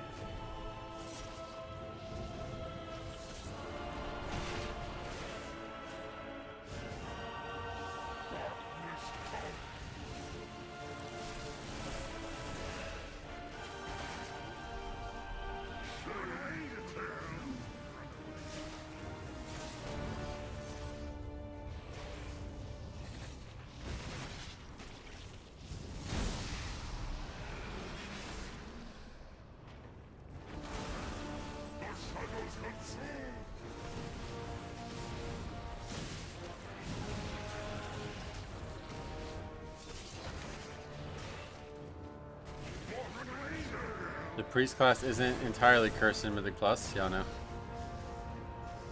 Yeah, usually it's like, is Shadow good? Then they're played. If not, just cast to be great. Now every healer gets slapped with their main weakness, which was not having interrupt. Oh yeah, that's true, I suppose. It's kind of balanced things a little bit better.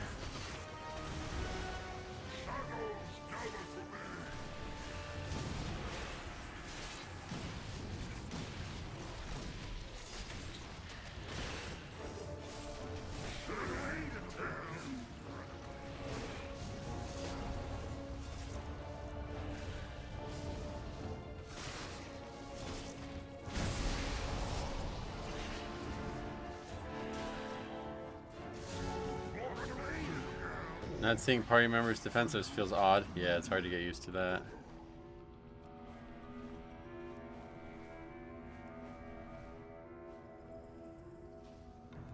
Still kind of a tight key, I guess. We'll drive the remainder of this shadowy lot from the city. Wait. No! They've sent a force back up and retaken the Dawnbreaker! If the Order of Night steals the Dawnbreaker, Merildar will be defenseless. At least the current spell is shown. Oh yeah, when it's used, right? Yeah, that's cool. Do you think Blizzard would ever, under any circumstances, allow us to track that kind of stuff again? I think the answer is no. I don't think that's one of those things that they're like, we'll eventually get that in, don't worry. I think it's like, no, you won't have access to that ever again. Which is sad, because all it really does is hurt pugs.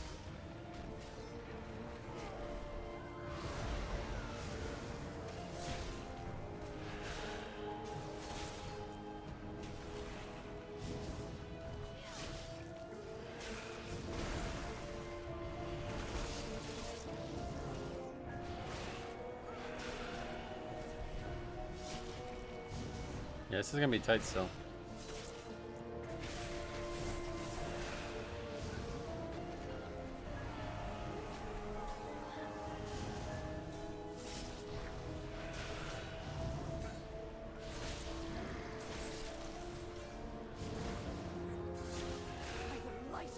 It helps in arguments against brainless DPS.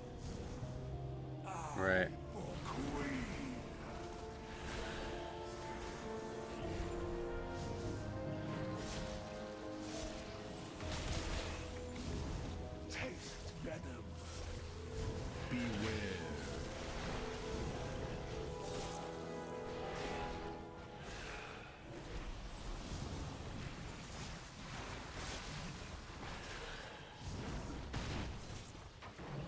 Same could be said with the kick tracker. Yeah, that's the one that hurts me the most. That's the one I used all the time and now it's gone. Defensive tracking I had, but I just like never really used it. It didn't seem very relevant. Every once in a while it would be like, oh, he died with bubble upgrade, you know? It just like doesn't change anything. It's just frustrating. That's all it really did. It actually makes it a little bit easier. Just don't focus on that. If they die, they probably failed, but who cares?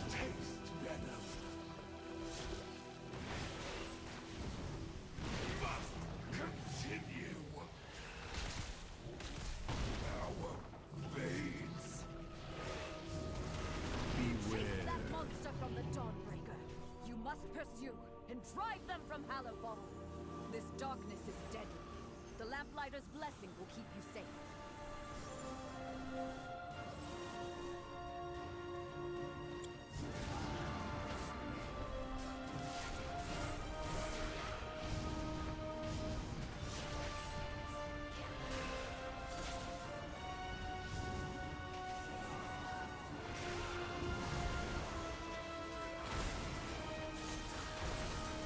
Druid is using bark skin often. That's nice to see. Yeah, that's good to see that.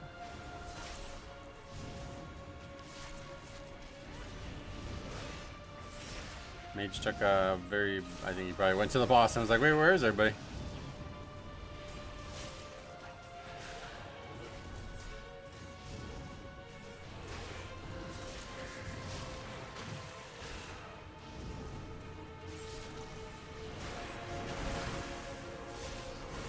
Blizzard is going to regret taking kicks away from healers. Why would they regret it? I mean, I think they would... It's a player base who asked for it that should regret it.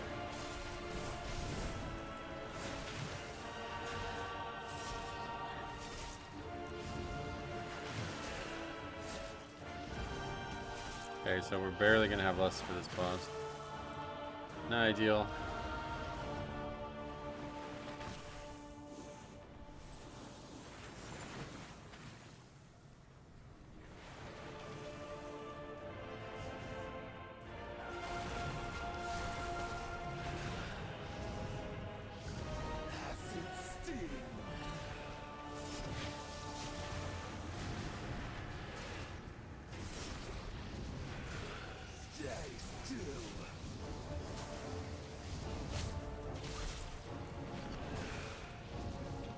Miss having a kick as a healer. Only one I'm not sad about is Druid one. Cat form is just trash. Yeah, I agree they should have had Solar Beam.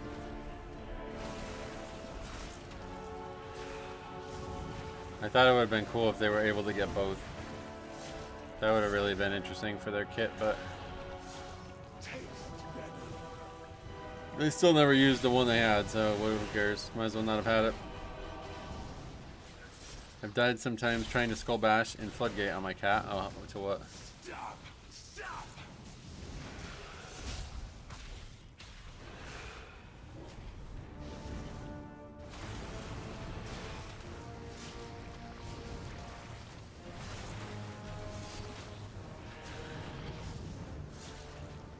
Oh, so you dash through a bomb? You gotta look at where you're going, that's for sure.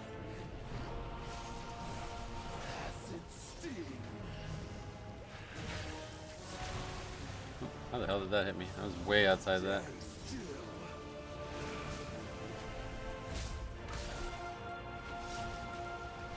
That's a cool idea that he goes down there and then just dashes or whatever flies back up.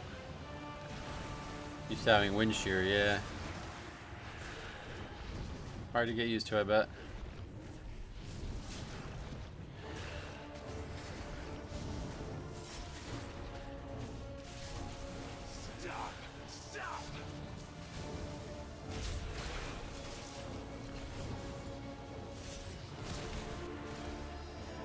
There's the Bloodlust. Alright, should have an easy upgrade here unless something really goes wrong all of a sudden. It looks like the wave is not coming out where the arrow of the line is. Weird.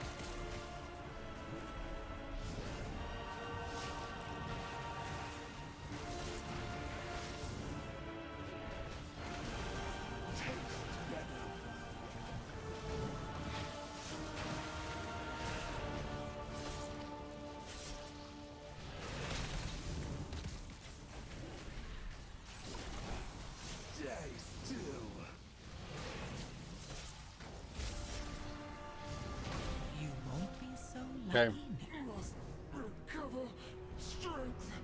8 points only, but at least we got it upgraded and changed.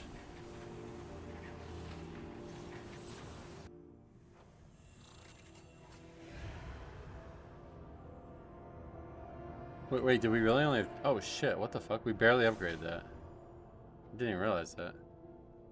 I wonder why we only got 2 points, or 8 points. Yeah, we have a Resilient 18 now, yeah. Where's the overall chart?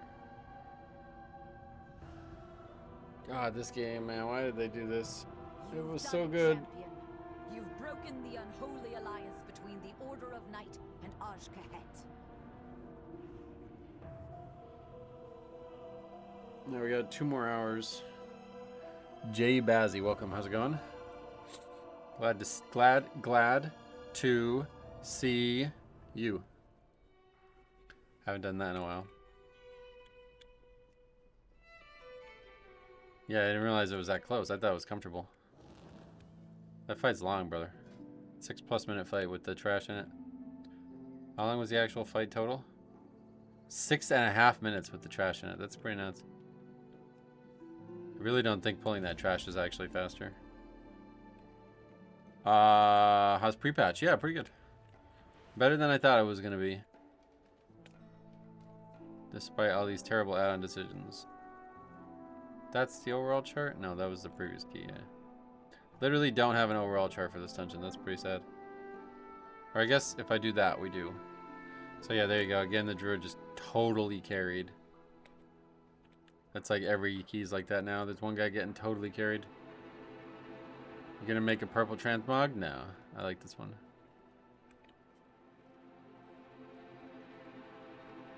Can't really afford transmog anymore. Making all these new sets cost a lot of money.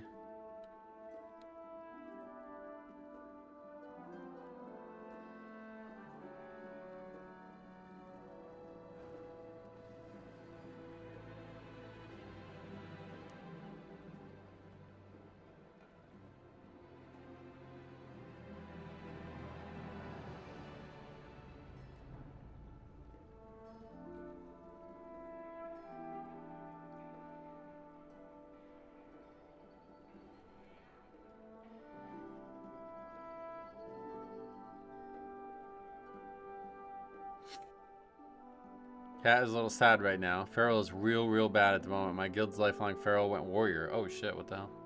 That's the guy who was like holding it down for years, right? Good morning, Metro, and good luck in keys today. Thank you.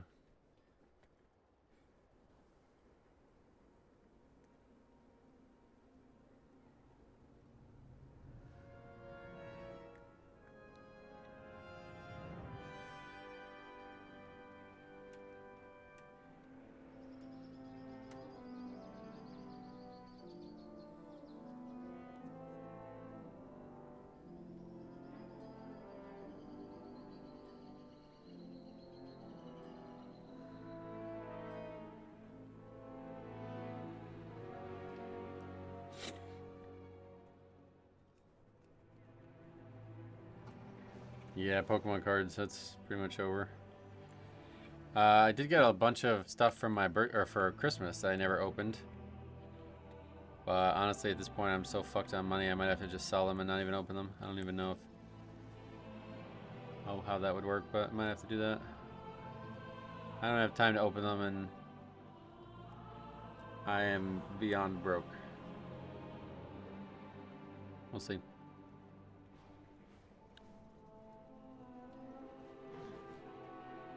Been a while since you had a Mistweaver? We had one yesterday. The guy was mad that we tanked the boss a certain way or something.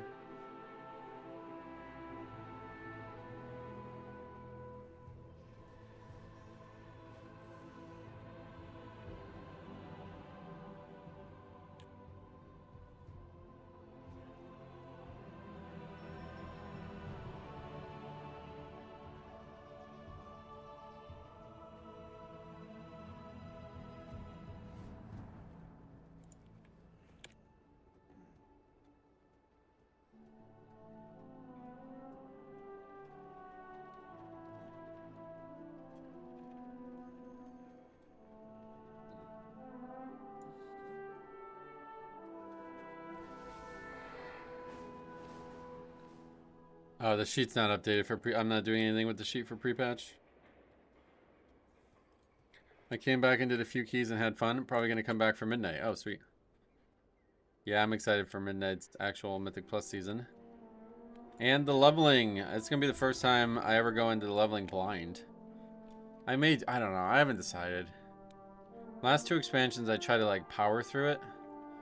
But it ended up being, like, how fucking short was our leveling stream last time? Let me see if I could find this out.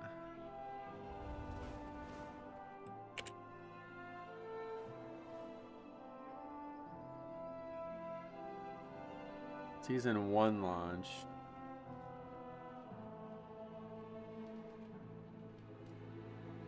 It's hard to, like, actually find.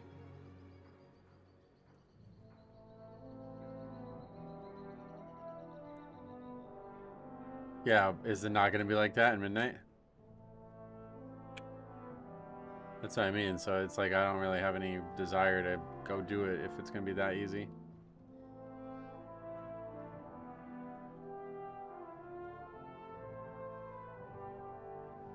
I'll watch some YouTube shorts on opening packs, but that's about the extent of Pokemon for me. Yeah, it's sad.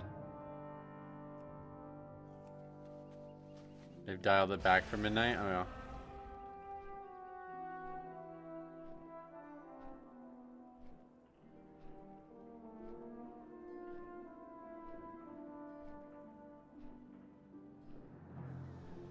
This expansion came out in what, August? Okay, here it is. Yeah, what the fuck?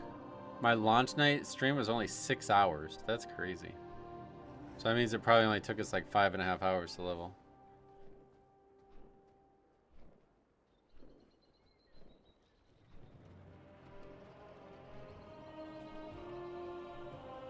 Are we max level at this point? No, we're still 79. Oh yeah, I forgot about this. We like didn't have enough experience to finish the way I expected to finish, so we had to come and do world quests or something. Doing like random quests or something.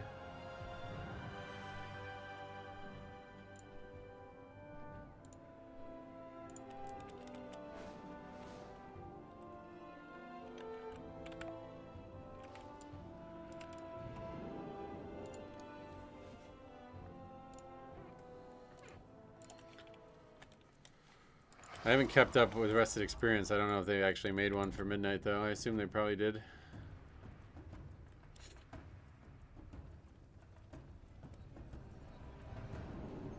Last 2 times I just followed Rested Experience. That Psy cartel has lost control of the docks. I need someone competent to sort it out for them. Let's see what it says. Yeah, Midnight leveling guides. So there's one already, I guess, or there will be by the time it comes out. Hopefully, I'm not buying it, so hopefully it's going to be available. Let's see what that thread's looking like nowadays.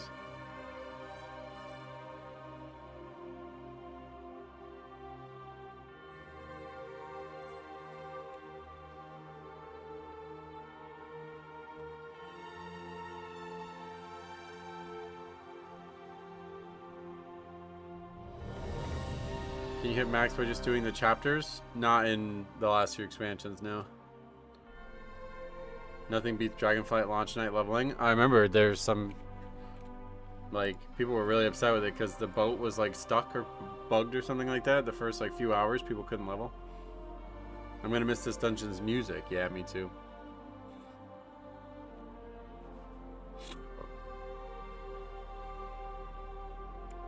I can't wait to hear the new music, though.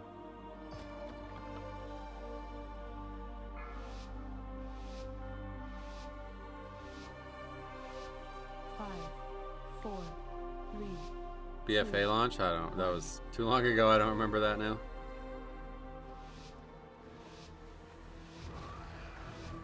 Probably. I remember Shadowlands was like perfect. There was like 0 issues. Until I got into Maldraxxus, and then there was like a million people, but Bastion was like, it was literally just me or something in the zone. BFA was last year? Nope.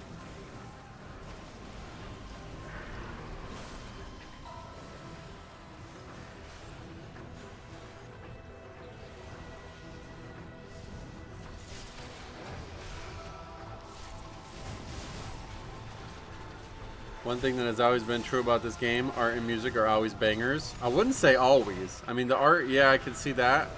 It's got a nice look to it, I think, but it's only recently gotten amazing, like way better than it used to be. And the music, there's a lot of great music in WoW, but I do think there was times in TBC and Wrath that the music was awful. And WoD as well. WoD was terrible.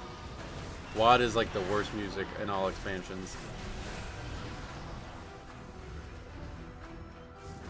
But yeah, there was, like, I really liked, obviously classic music's like iconic.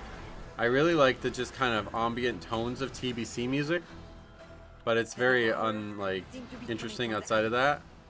Like, if you don't like that, then you're gonna hate it. Wrath music is terrible. I think there's, like, everybody remembers a few zones, but Wrath music outside of those zones is really bad.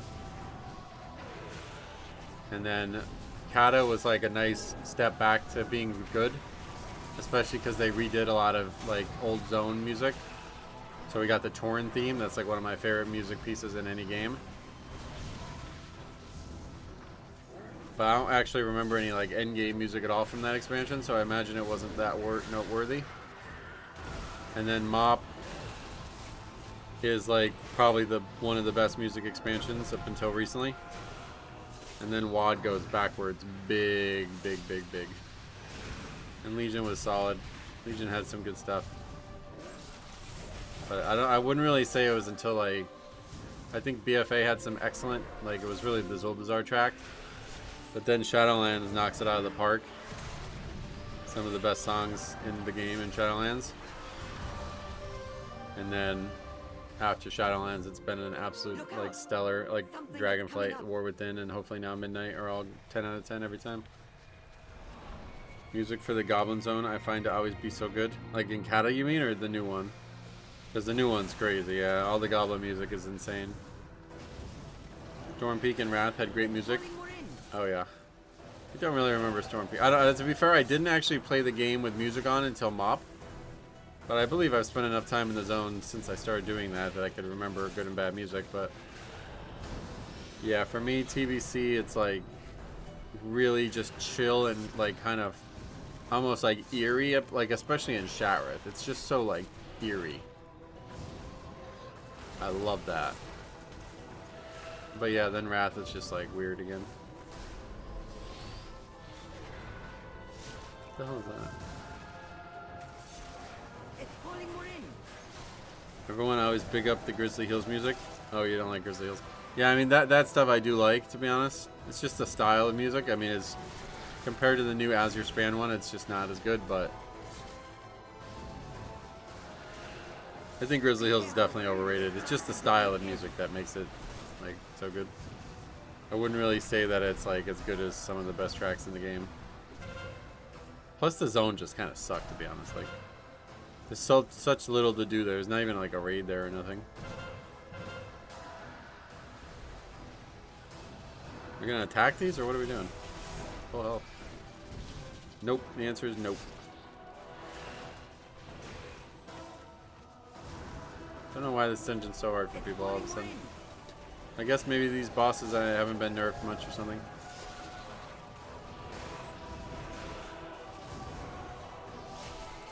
No, you're definitely not. I mean, Wrath, just like look at it objectively, like it's just not very exciting music. It's like when they start trying to do more with the music. Like I said, like Classic is like basically just like 20 seconds of a riff of music that just repeats 100 times. But there's enough different ones that like cycle in and out with the day and night cycle or the different zones that it does make it feel like it's interesting, you know what I mean? And since there's such nostalgia there, it really kind of carries the music, even though the music's probably like 7 out of 10 only. And then TBC is such a different experience than Classic and all other expansions, where it's just like these weird sounds instead of music. And then Wrath, it's like trying to be like a movie. Like all the Wrath music is like orchestral, and it's like not good. Like the major musics in Wrath are not good. But there's a couple zones that are like they're solid, I'm sure. Yeah, I guess this fight's just like impossible now, huh?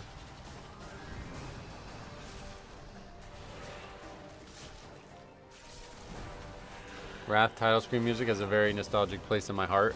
It's calling Yeah, I mean, I'm sure the title screen was solid. I don't have any comments on that. Just the in-game music.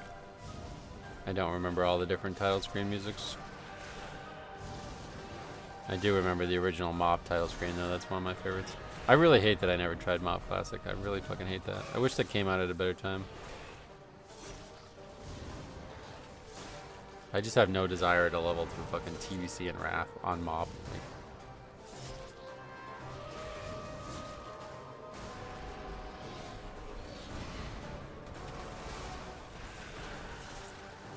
It's calling more in.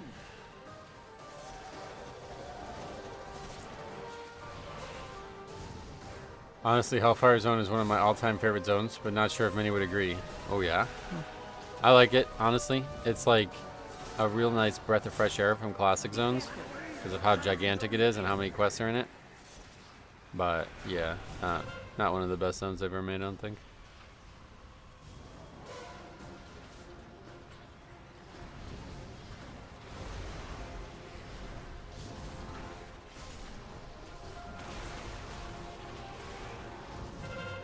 I have no idea how people keep dying in this fight. I guess now he had the Devourer buff or whatever, but It's calling more in.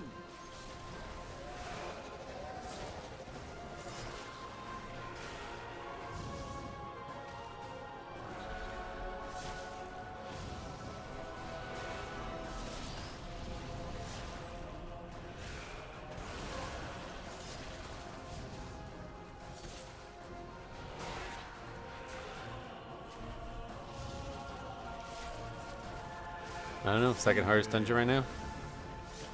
You think healers have to put in more work than any other role in the dungeon? No. Tanking is definitely the most work. It's calling more in. Healing's tough though right now, it looks like, especially without the Apex talent stuff, I bet. The thing about BFA 2 was that the Alliance had it so much better with their zones. Oh yeah? I never actually did Alliance in BFA. Someday I would like to see what that looks like, but... Oh, he fucking heals, right? I forgot about that. Alright, that's it for this key.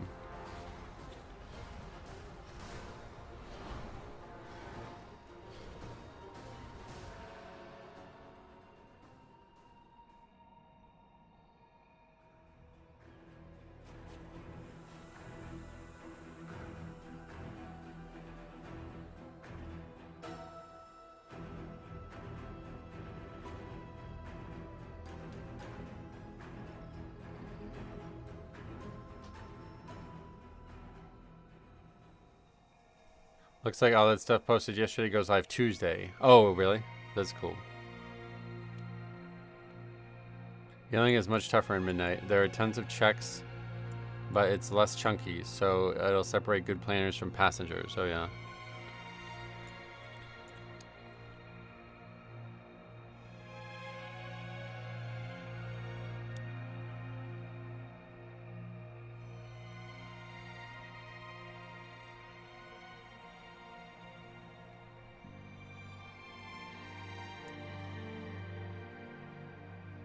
Can DPS meter even show damage onto ads anymore? I have no idea. My bro said he won't play TBC with me, only new retail expansion. Oh, really? Yeah, I mean, I don't know. TBC's coming out at such a terrible time. It's what, 3 weeks from the launch? I don't know.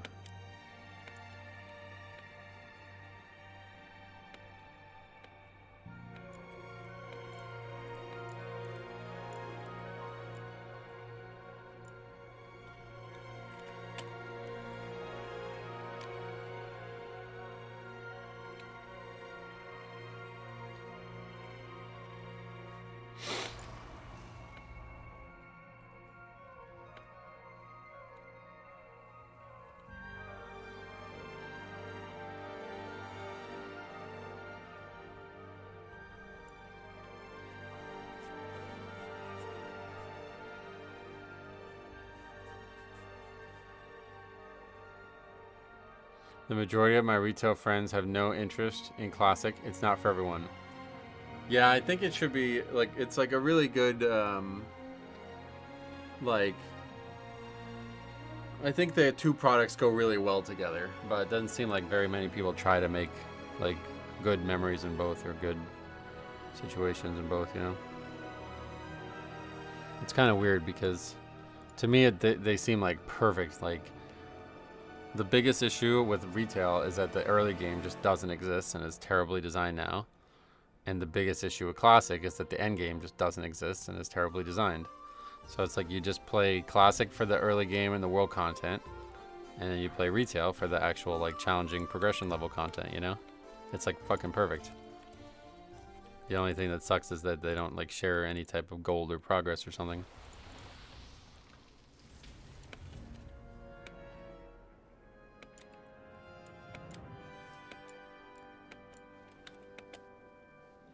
But when they first launched Classic, I called it the Great Schism of WoW. There was like a great divide between the player base from Retail and the player base who wanted to play Classic. They like fucking hated each other, it seemed. And I thought it was just the Classic people who hated the Retail players, but it wasn't actually just them. There was a lot of Retail players who hated the Classic players too, because they had been annoyed by the fact that they had taken so many resources away from the live game to make Classic. So it was really interesting. I felt like at the time I was one of the only people who was advocating for the health of both games. And it really showed, the true colors showed when Classic actually came out, because we took like a month off raiding or something like that. And like multiple people in my guild just started acting so fucking weird. Like people we had played with for years, they were like just totally fucking captured by Classic. It was so weird. It was like they were like lying about the game to like justify why they were never going to play Retail again. I was like, brother, you're not being truthful here. Like, I was like the only person in my guild, well, not the only person, but let's say this. I was the only person who put like a numerous amounts of hours into Classic private servers. And then these people were like trying to tell me how it actually was. I was like, brother, I'm literally playing Classic like right now. Like it's not like that. Like nobody's gonna fucking wait for 3 sunders. Like I was trying to explain this to people, like the people who were like, no changes. Oh my God, the glory days. It's like, it's not gonna happen, dude. The game's gonna change by accident. People are going to play it differently. And I ended up being like so right that I hate that I'm right. Because now I just can't even play Blizzard's Classic anymore because of how bad I was right. Like the community fucking destroyed that game and Blizzard actually allowed it. It's really crazy. I hated Classic players mainly because they kept telling me how hard it was. Yeah, that was the other thing. That's what I'm talking about. Like, fucking Morgraine, dude. He's like, there's no way you can do this or that. I was like, brother, I'm literally doing it right now. Like, I just did it before I logged on the raid. I didn't understand that. It was so strange. Like, people just turn into totally different people.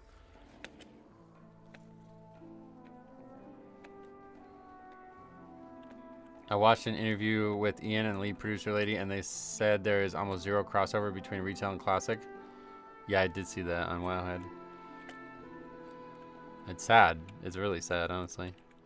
I'd be interested in getting into a Classic server for Paragon based leveling, I guess. I could see myself grinding that one. Yeah, so we talked about this a lot. Like, if there was going to be a Classic Plus idea, what is the Paragon system to you? What would you want to see? Because there's a lot of ways that I can do this with Azeroth Core, but I don't fully get it. I never really considered it until I got brought up recently for that Classic Plus survey thing that we did. I had never even thought about a Paragon leveling system or like a new game plus in Classic. So tell me what you think the best option is. I'm curious if Classic Plus would cause a further divide if they actually do it well. Yeah, I mean, there's way too many Classic products. Like, it's gonna come out what during like Wrath anniversary? Like, I don't know. There's too many things going on. Hey, Maddie, what's up? Welcome. So, what's your ideal thing? We actually did that survey, Matt, on the Classic Plus thing. I don't know. It feels like what I want from Classic Plus is almost nobody else would want. That's why I'm just making my own fucking server. But what is Paragon leveling? So basically, I've heard it described 2 ways. Okay. One is it's like infinite leveling, like Diablo. Like you get to 60, but you still get experience and you still gain power, like you would from regular leveling. That's I think what most people are talking about. But I also heard something else, and I guess they're not the same word, but it seems like people are conflating them. They call it prestige, which is you get to 60 and then you restart. You go back to level 1, but you keep something. You keep stuff. Like, I don't exactly know what these servers are allowing you to keep. But yeah, you keep stuff. Now, I think it'd be really fucking cool if you can keep your talents. I think that would be enormously awesome. And so maybe like you have to get less talents the second time through or something like this. But I think it would be fucking insanely cool to be at level 1 with full talent build. And no gear and all that, you know?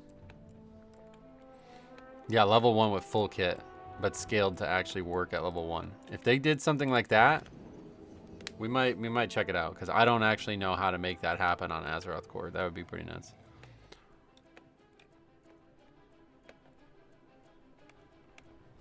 I played Classic almost exclusively as a solo game, and I play retail to raid and do dungeons, mostly to avoid the Classic community. Yeah, pretty much.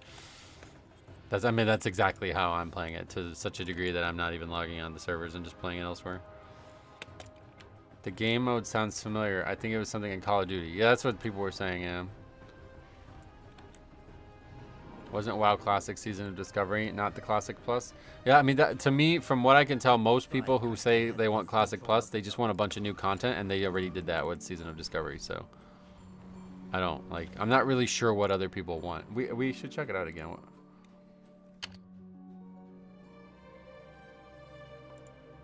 People think the retail community is what the Classic community actually is. What do you mean by that? The prestige idea is cool. Infinite leveling sounds terrible for the WoW community in practice. Oh, really?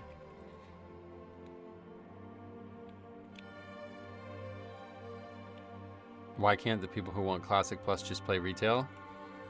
Well, it's definitely, I mean, that's not...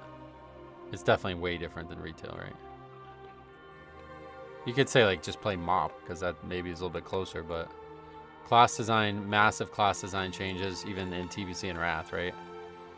So a lot of people like that, and also they like the style of it. Like, honestly, I have to say, like, I really do like the style of Classic. A lot of the stuff in it, like, you know how, like, in Classic or in TBC you have, like, rating on stats, like 36 versatility and 17 haste or whatever those numbers are.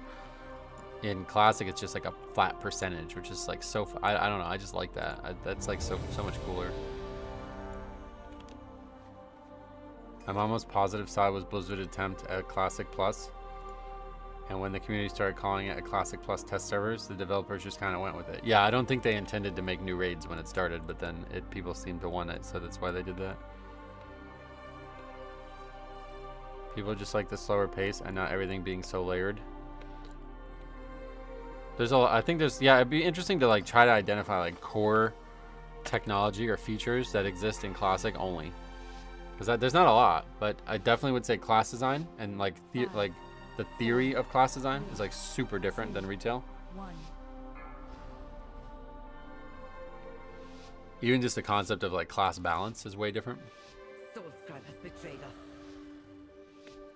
But I also just think like the concept of having to level, you know what I mean? Like that alone is way different.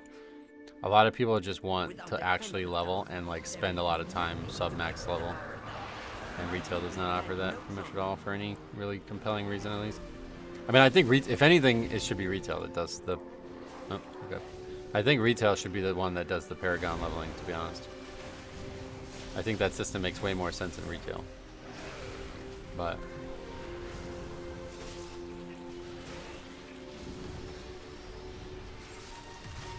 I wish with retail that like every phase mattered like they do in Classic, but they don't. Every phase matters? What does that mean?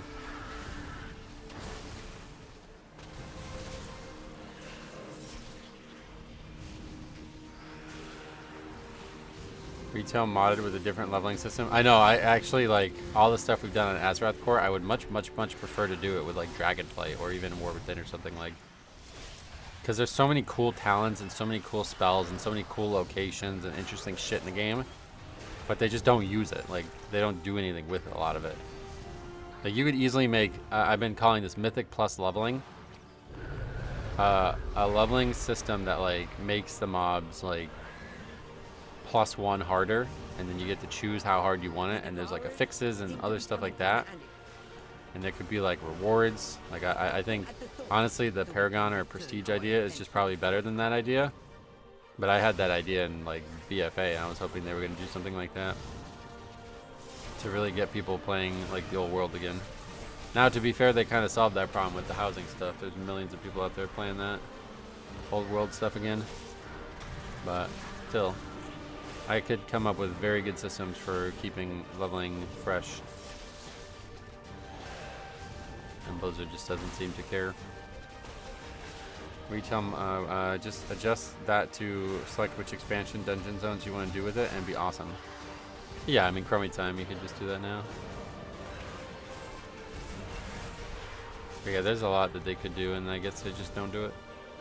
It's Phase 6 and Anniversary Classic, and people still run MC and BWL for gear because some pieces are goated. Ah, no, that's terrible. That's not good. That's like a charming feature of Classic, but that's not. You don't design the game like that on purpose. That's just bad design, honestly.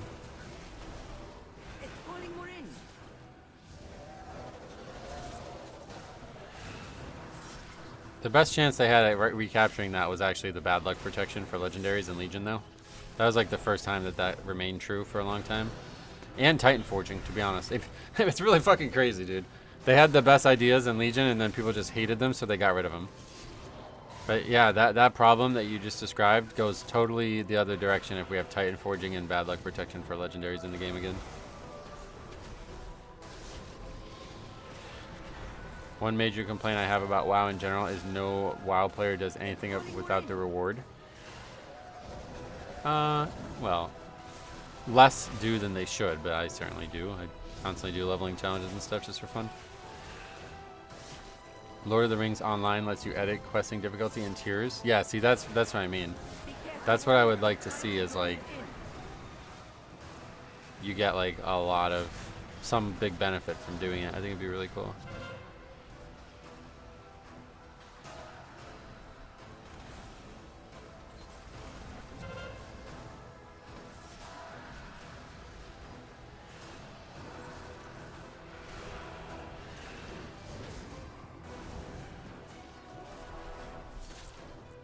Just do a heroic world tier. That'd be a good start. I would want to see more than just that, though. I would want to see it be like infinite scaling difficulty. Like imagine if, okay, so like the prestige concept can come in here as well, but imagine if you like, you were like a fucking leveling main, right? Like how do you do that in live WoW? You don't. You level characters in like 10 hours. Like it's like one sitting now. So, but if you wanted to have that be supported gameplay, then there's a lot of great ways you can do it. Whether it's bad design, it keeps everything alive. While on retail, no one ran the spider raid since the goblin patch. Yeah, I mean, I think that's good. I think that's better. You don't want people like split up. The problem, the reason that it doesn't become a problem in Classic is because the raids are so fucking easy that you can just blow through them and that's that. Like, but in retail, it's like, you know, it's not. To be doing like mythic progression of the first raid in the last raid, that would just be taking you away from the hard content in that raid, you know? Wait, what the hell? Why is there only 2 mobs?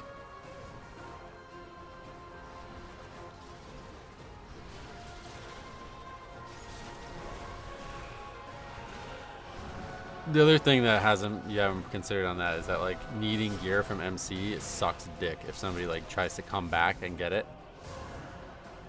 Because then that means that you have 39 people in there who don't need a single thing in there, and then they're just running the raid for one person to try to get them caught up for Nax or something, you know? Like, that's why they didn't do that on purpose, and they stopped doing that, because it is a terrible feeling to have to, like, as a raid, like a progression raid team, be like, all right, guys, we got to not dedicate time to progression right now. We got to go back and gear somebody up who we need for the progression, you know? It's like, that's just, nobody wants to do that. That's crazy. Really, the problem is people just don't play the game for fun, like somebody else said. Like, the raids are still there and they're fun, so why not do them in both retail and classic, you know? You don't need rewards for these raids to be done and for them to be ran. Just nobody does shit for fun anymore. I re-rolled and leveled 2 additional Warlocks in Legion because my main got 2 bad Legion legendary drops. Yeah, definitely not, yeah. They could have really improved the legendary system. I hated the beginning of it, so I totally sympathize with that, but still, it kept everything relevant. I can understand how this boss is so hard. Seeing a Demon Hunter just casting on the boss while the ads are up and a 19 is wild. Oh yeah. I didn't notice that, but yeah, it's definitely been a weird fight. Been having issues with it for whatever reason.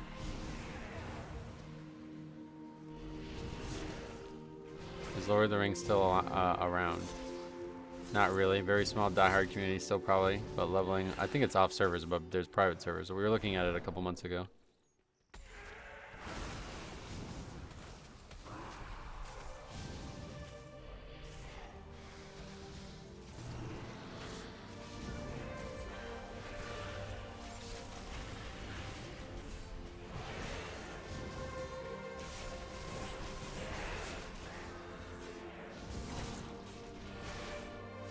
Yeah, I mean, I'm now making this version of looting and gearing in Classic, but in my Azeroth core. But what I would want to see is that every piece of loot has some kind of value, and I think the way you fix that is you have gearing can be upgraded, maybe even infinitely, but like far more aggressively than what we have now. And the currency to get it comes from disenchanting other gear or like scrapping or whatever, like a system that's not tied to a profession. And so this encourages you to run content that you might not need just to get gear. Like you don't actually need the loot from it, but you need the currency from whatever the loot drops when you don't need it. And I've dabbled with a few ideas to make this work in retail. I think the best way to do it is to make it so you can also do like reforging of gear, not just empowering the item level. And so, for example, in order to reforge, let's see what items I have. In order to reforge this piece to get versatility, I need to get a bunch of versatility chips or whatever you would call them, like pieces of gear that had versatility on them. And then I can slowly take away mastery and put versatility instead. And you could say maybe reforge each item like 10 times to maximize its stats. And each time you need like a wrought piece of iron from the gear that you like scrapped or something like that, you know. So the scrapped gear could also drop like raw item level, and it could also drop raw stats, and then you would use the raw stats to reforge the gear and the raw item level to empower the gear. And it would encourage you to get hundreds of items a season and actually care about them. And this would coincidentally totally fix Mythic plus Pugging, because then people would actually finish every key they do, and nobody would ever fucking leave keys that aren't in time just for that reason alone. But yeah, just having some actual value to hero tier gear is the biggest hurdle in the game right now, I think, in a world where Mythic tier is the only thing anybody cares about. I think one way or the other you have to try to find a way to give power to gear that isn't actually powerful.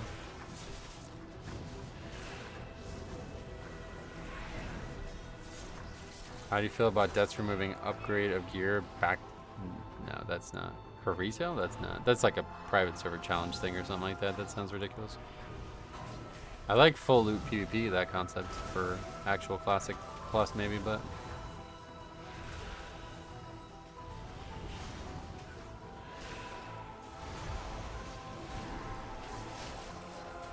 Oh yeah, for Classic. Nah, not really, to be honest. When I'm designing it, I have so this is gonna sound crazy, right? So in retail, there's 8 levels of upgrades, right? On my Azeroth core server, there's 50. But there's also Titan Forging, and Titan Forging the maximum Titan Forging can go is to rank 25 of the item. And I think that's going to be a really fun and interesting system. We'll see how it plays out.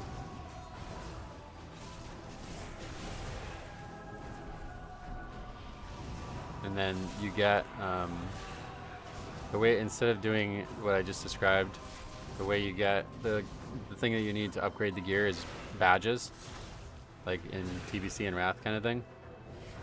And then you get badges from every content piece out there.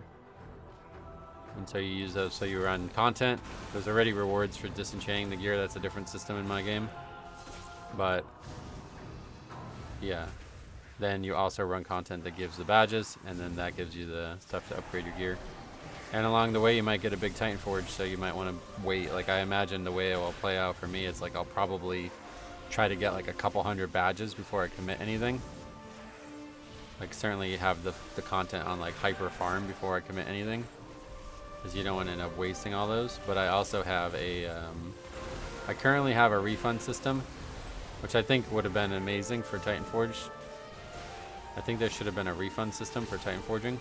Like, if you scrap a Titan Forge item, you automatically get like a 45 item level Titan Forge chip in your bag. But yeah, I currently have that in my game. We'll see if I end up using it or not. I don't love it. I don't think it's perfect, but I think it's better than like committing 100 badges to a piece of gear and then replacing it. I may try to find out if there's a way to make like partial refunds, but I don't think there is currently with the module. Approach, welcome. One Demon Hunter doing all the damage, the other one doing tank damage. That guy died on that pack, that's why. I don't know which one is which, but the one guy keeps like pulling way, like he's got full threat before the mobs are even on me.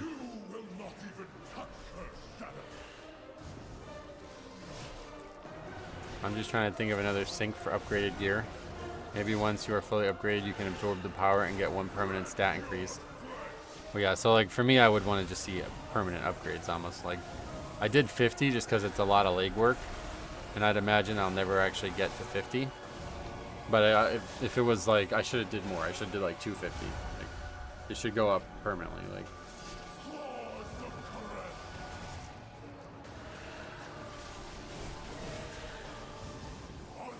kind of like how it is in Remix, you know? Like, permanent power, never don't have power to gain, basically.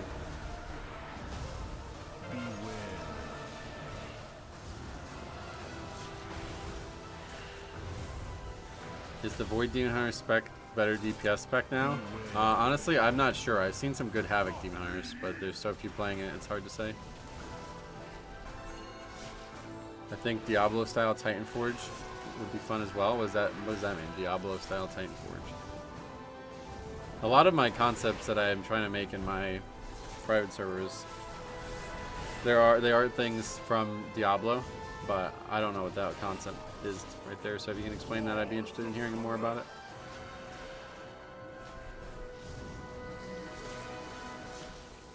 Is Silvermoon the main hub? Yep.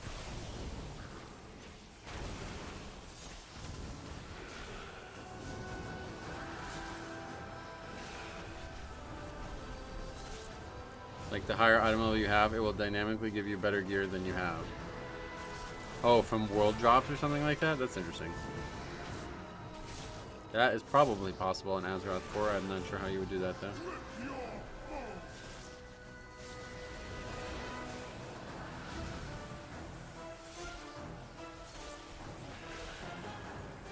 I think the best way to do it, the most expedient way to do it, is still just keep it based off gear upgrades. But it's just like when you drop, like when you do MC, it gives you badges enough to upgrade a piece to like level 5 easily. But then when you do BWL, it gives you like enough badges to level it to 20 easily. You know what I mean?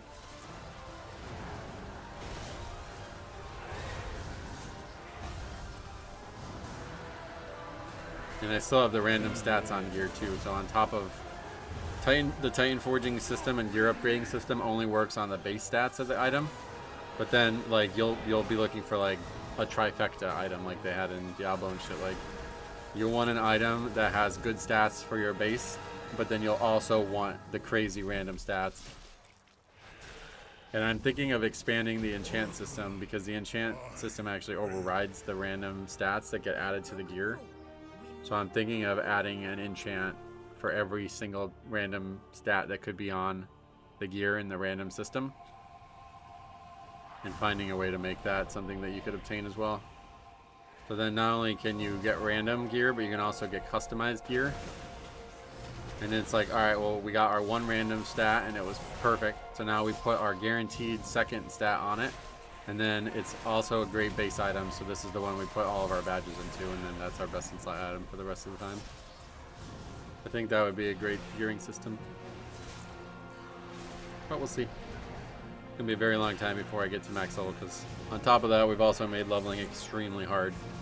I was testing it out last night, and it is fucking hard. It's like getting meleeed twice, you're dead pretty much. So it's gonna require a lot of gearing and a lot of power early to actually even do regular questing, it seems, which I'm excited about.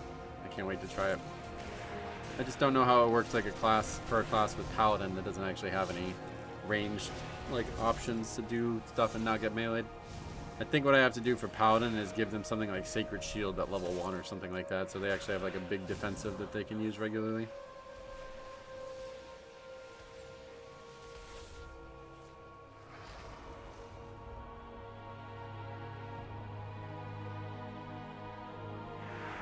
Good to see Survival Hunter performing well. Oh yeah, they're really, really good right now. One of the, I think probably the best damage dealer in the pre-patch. Not a big fan of seeing it, frankly, just because it means less range are coming to the key, but since so many are Havoc, or so many are Devourer, then I guess it's fun.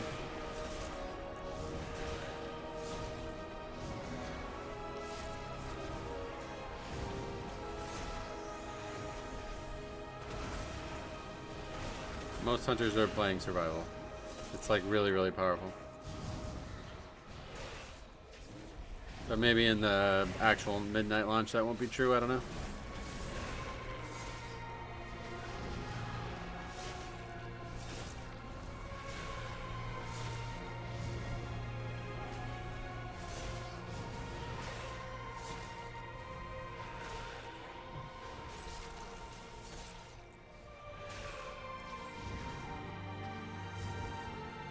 Oh shit.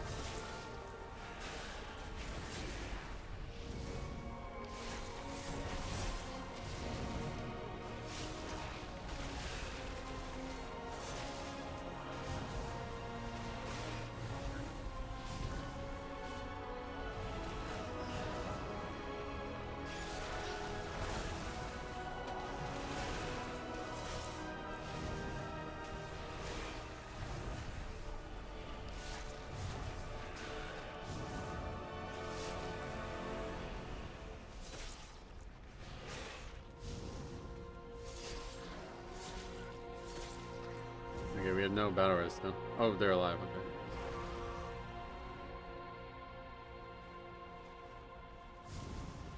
You built this place on the high temple of Correct and questioned my wrath. It was the only place our plans stood a chance of success. The wrath brought Does it feel better or worse not having Shattering Bone? Way worse, but not as bad as I thought it was going to be. It's a bigger issue for threat than anything. But I guess they're buffing threat or something, so shouldn't be too bad maybe. But there's a lot of times when, like, you've seen it a lot in this run actually, where I would just like enter a pack, put D&D down, and then start gathering shit, and people will pull off me because I don't have Shattering Bone to help me with that snap threat. I have to actually press Blood Boil twice, which means not press Death Grip twice, you know?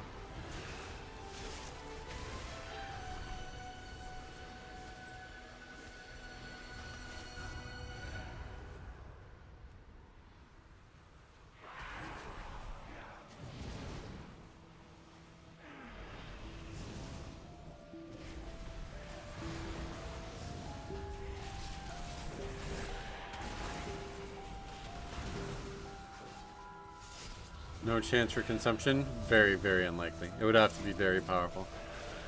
Okay, I guess this pack just doesn't work. Twice now we try it and the healer just dies instantly. I don't get it.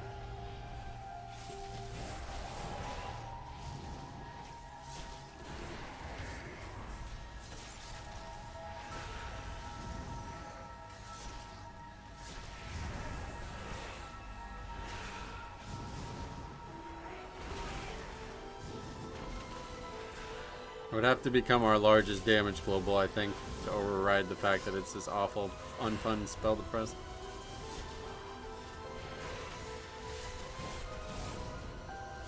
I don't think it's just an interrupting thing, because the healer dies and then people don't immediately die either. Like, healers are just so flimsy and they don't protect themselves anymore. Death recap? I mean, the regular death recap's still there. If you mean for the rest of the group, I don't know.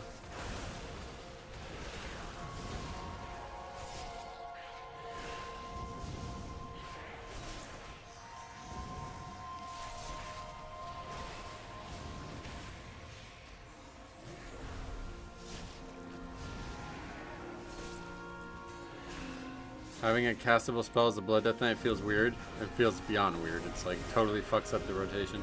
And the way I play, I'm very spammy, so it's going to be really hard to slow down and use the spell without accidentally spamming the wrong rank of it, or whatever.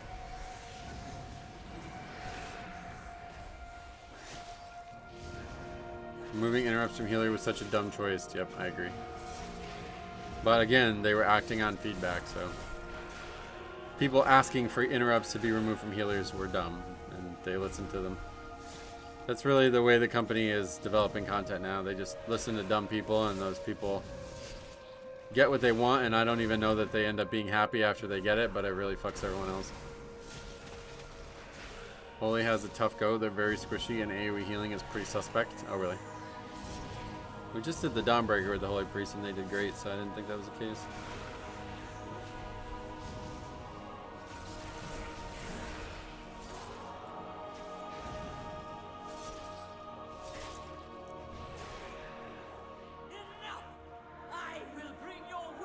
Tough lesson to never appeal to the most flaky people of the player base.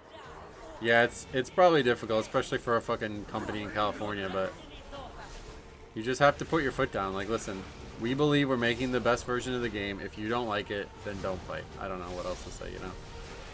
It's not a bad thing to say that to people. If you end up listening to people who are making your vision of the game worse, then your game is going to become worse over time. And then you're going to have to work harder to fix that than you would have if you just listened to what your, you know, inner monologue was telling you you should be doing.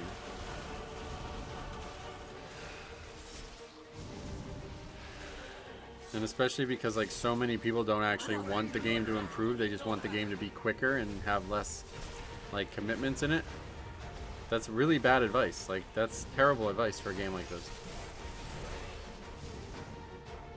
That's why we have what leveling is now. It's because people kept complaining about how long leveling took, until the point where it now takes one day, one sitting, not even a day. It takes hours total.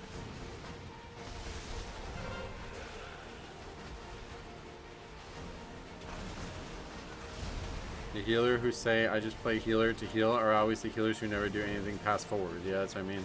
And they're listening to those people. Like, it's really sad. People who just won't get better and won't, like, try to be a better groupmate, you know? Automatic Jack released a video and said Holy has massive survivability issues. Oh, really? What, in the beta, though, or? Because, like I said, we just did the Dawnbreaker with the guy and he didn't have any issues at all.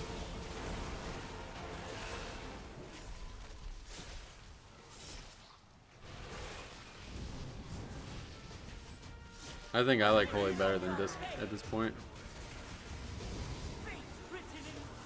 I can't imagine playing a healer and just AFKing. That's what I mean. Like, how the fuck do you do that and be happy with that? Like, the timer's ticking down. Oh well, I better just spam heal on full health targets.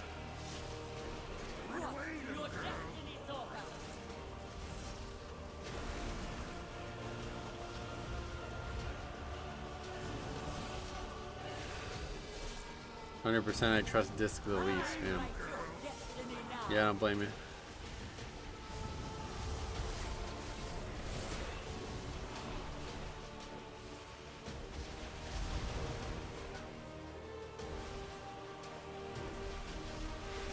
Alright, well, pretty comfortable upgrade though, at least. Did we already have this one on 1999. Our agreement stands. For now. Oh wait, I never looked at the trading post. Forgot all about that. So It's February. much wasted. Just a true misunderstanding of the healing roll on Mythic Plus. The way the game is designed, you'll never just be pressing healing spells all the time. Right, and it's like you have to care about the timer as a healer still. You can't just be caring about other people's health. You know what I mean? Like the timer has to matter as the healer still. It's ridiculous to think it shouldn't. It's just silly to even suggest that.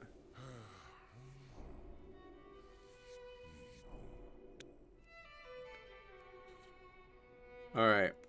Yeah, let's take a look at the trading post.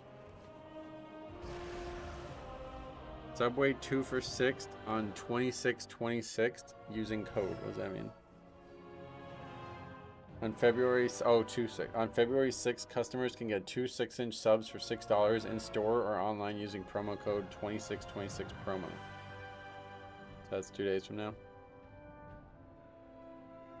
2 6-inch subs for $6 total. That's pretty good, I guess.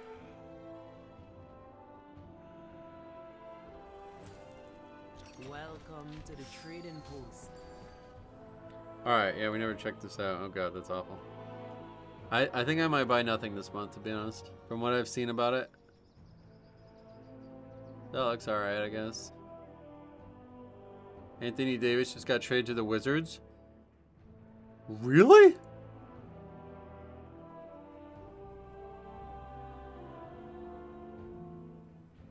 Oh, Duke in North Carolina on Saturday. Shit, I forgot about that.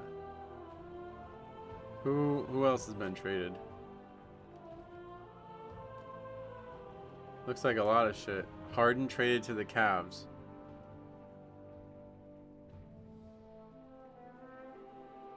Where did the Anthony... I don't see the Anthony Davis news. Oh, it just happened 2 minutes ago. Dallas Mavericks are trading 10-time All-Star Anthony Davis, James Harden, D'Angelo Russell, and Dante Exum to the Washington Wizards for Chris Middleton, AJ Johnson, Malachi Branham, and Marvin Bagley III. That's a pretty good deal, actually.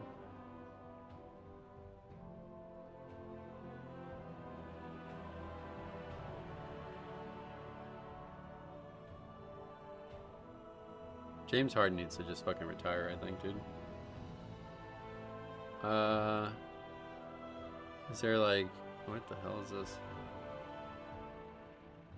Not what I thought that was gonna be. I don't know about the Harden thing. When did this happen? That was yesterday. I missed this. Harden effectively had veto power over any trade because of the nature of his contract. Darius Garland. The Clippers are done then, I guess. Actually, the Clippers are like good again now, aren't they? They were like terrible at one point, but now they're actually good again.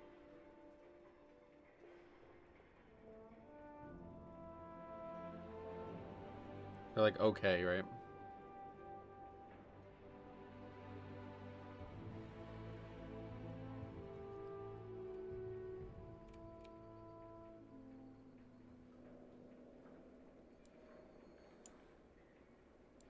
Have you ever seen here? Let me show you this. If you've never seen this.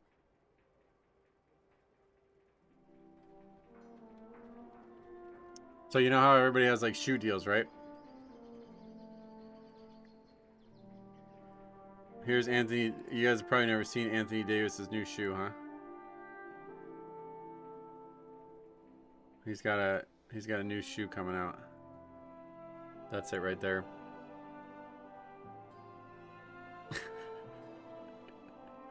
I fucking cracked up when I saw it.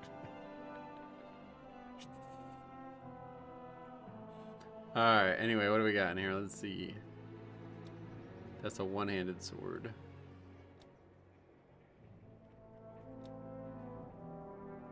How's the pre-patch keys treating you? Pretty good.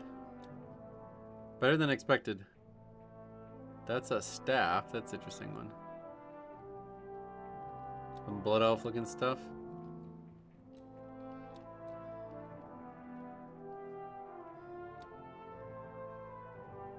Wait, so that's a polearm and that's a staff. That's good. We'll definitely buy that one.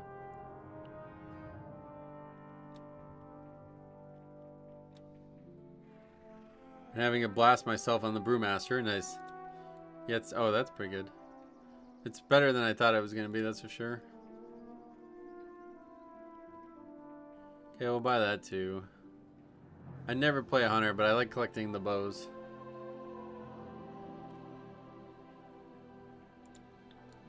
What the hell is that? Oh god, that looks like something from TBC. That's awful looking.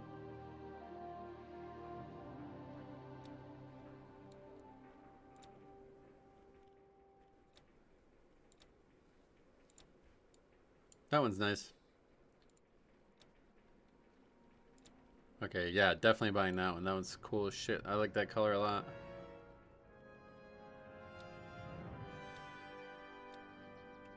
And that's it, I think. Yep. There's some returning stuff. Or what? That is ridiculously bad looking. Some kind of broom.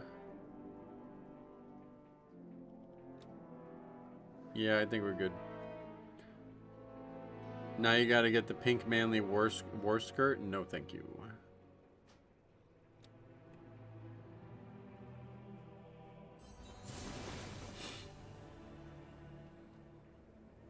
Four extra vendors over by the stairs with returning items as well. Oh, really? Bless you. Is that new this month, or is they always there?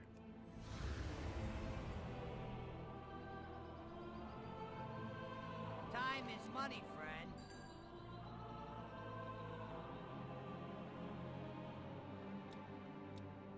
I think this is all stuff I mean, if we've seen it before, we would have it already, right? It's discounted? That's interesting.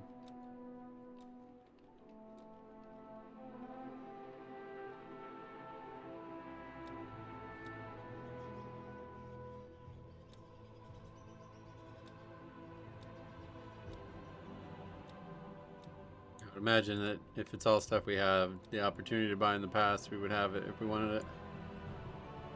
There's an awesome polearm with the Chinese looking stuff where 4 extra we were there. I guess that's everything. Be good. What other vendors are there? Let's see. What do these guys even say? Trading post outlet collections. That's weapons and armor.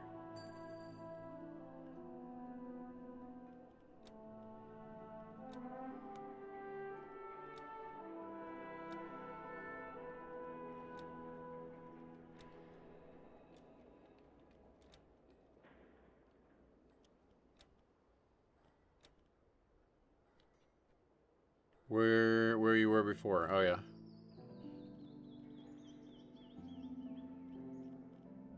Yeah, it's just too many. Not gonna look at all of these, but that's cool. I'm glad that they bring the stuff back. I don't know if that's permanent now or what. Okay, we have 1 hour left, so it's gonna be kind of awkward. We either have to blast this one and then have time for another. We probably could do one more if we do blast this one. Hey Mansoor, welcome.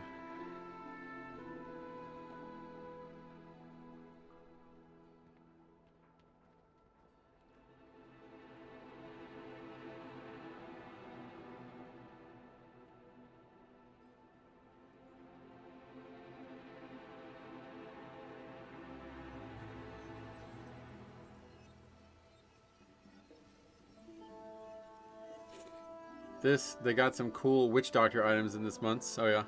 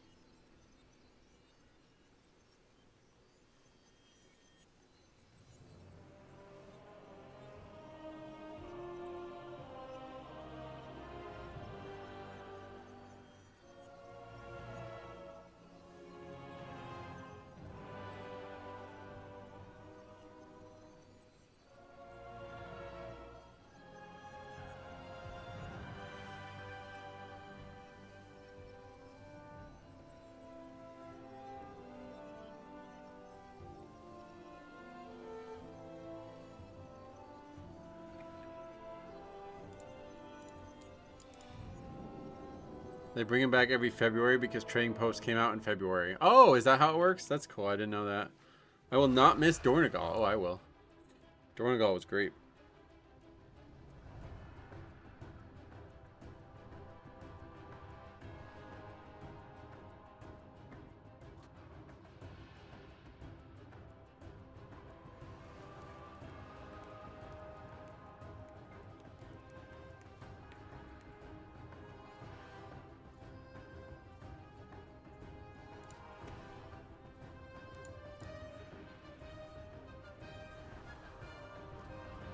You don't like Dornegal? Huh.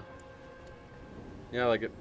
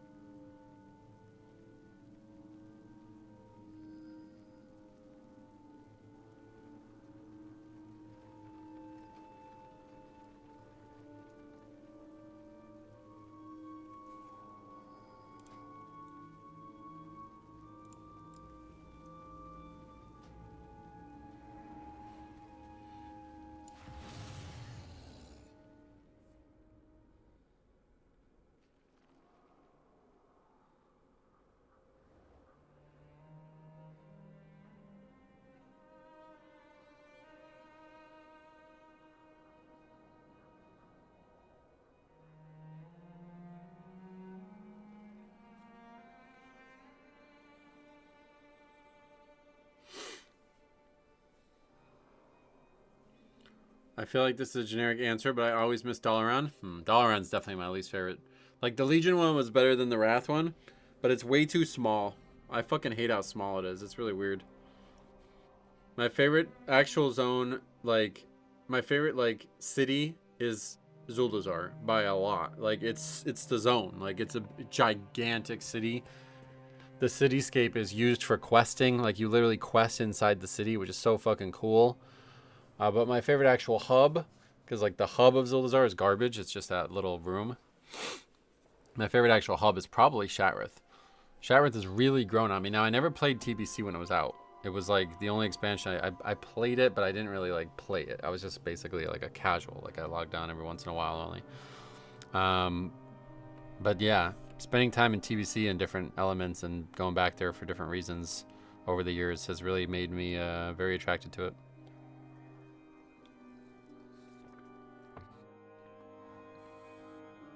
Classic doesn't really have a centralized hub, but I also really liked Ironforge in Classic. And then obviously it becomes like Stormwind only in Kata. Original Orgrimmar was kind of cool too. Then what's next? Mop. That one was not very good. The zone was cool. Wad was the worst one probably actually. And then Legion Dalaran again, which is kind of crazy, but I mean it makes sense. And then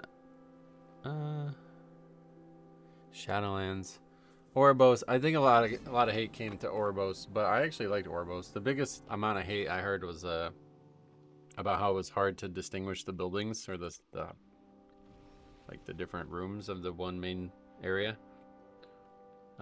which was definitely a concern. But I had no problem with Ouroboros as a concept.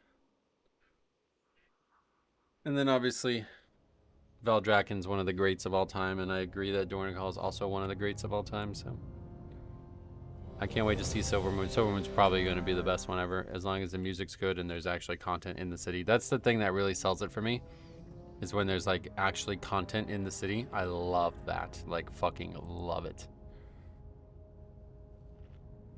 It feels like it's lived in then at that point, you know, where you're doing tasks within the city. And it's not just like a hub where you just have a bank and a portal room and a auction house, you know? I never learned my way around Orbos. It was not great design-wise because all the rooms looked exactly the same. The transport pad should have been automatic and portals instead of those weird flight paths. No, that's no. And no other city has that, does it? I like flight paths. I don't know why people don't like them. It's a nice little break to just chill out while the flight path takes you where you're going. Especially before dragon riding. Now with dragon riding, I could see why that might be weird, but back then when traveling the world either meant, like, you basically, at the beginning, you had to walk effectively, right? So to go from walking to a flight path, that's a dramatic improvement. Seems like power creep of entitlement to say otherwise. 5, 4. Alright, so we have about an hour left. Hopefully I can get 2 keys in here still. I had to get the wormhole generator toy to get by in Shylands, oh yeah? Yeah, I didn't.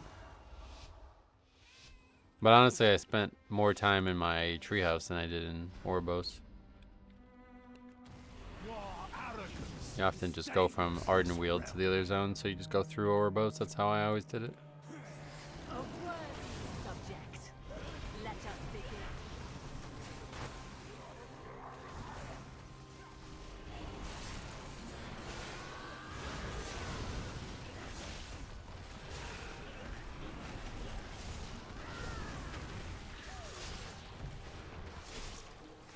What happened? That didn't get kicked? Looked like it just got stopped. Yeah, somebody just stopped it.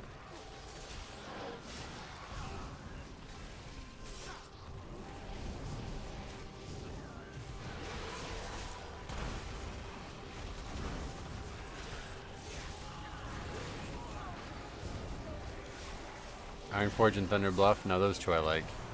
Thunder Bluff's fucking awesome, honestly.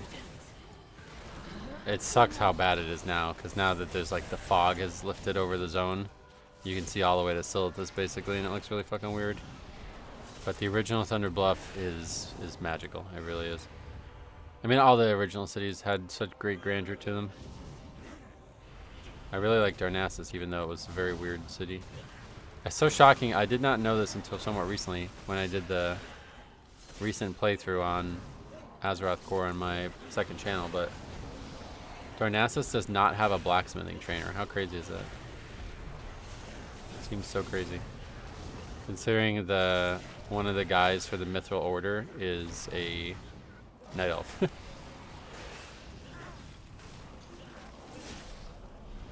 So you know they know how to do it. They just don't want to teach it to you, I guess. I want Blood Death Knight or Guardian. Guardian or Outlaw or Monk. I don't know what to play. Did DK get buffs recently? Blood? They did get some buffs, but they're not in the game yet.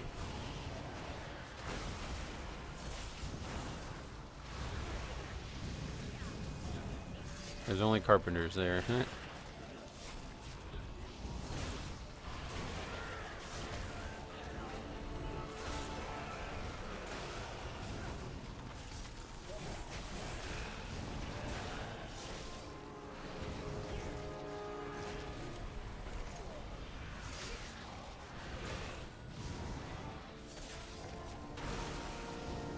I remember being a wee lad and hearing the Ironforge music. Oh yeah, the Ironforge music is solid. I think the Stormwind music is more like captivating the first time you hear it though. It's very loud too compared to the rest of the zones near it. So whenever you fly into Stormwind, you know you're in there because it starts like going really loud.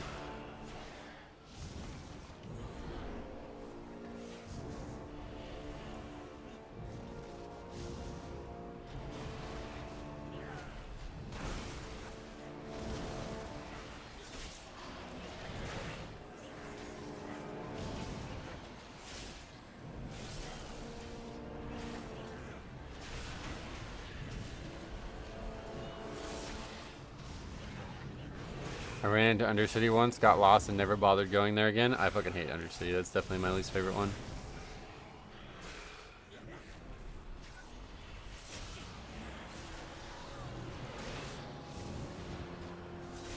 I really wish they would just get, like, above the surface. I don't know why they made it below the surface. It seems so stupid.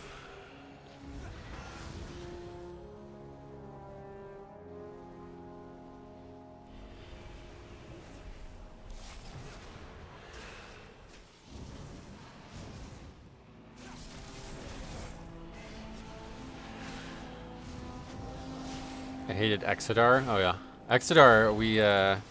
I went there for like the first time in many years. On the second channel recently when we were doing the jewel crafting portion of the classic professions to get the decor items, and I had forgotten just how great that city, like it has like a certain vibe to it that's just like no other city anywhere in the game has. And again, the music is so tranquil. It's like, it sounds like Naru playing music or something. Like it's very, very unique sounding. It's probably exactly what it is, but it's still the only place in the game that sounds like that, I think. That's what I mean about TBC music. It's just got some otherworldly feel to it.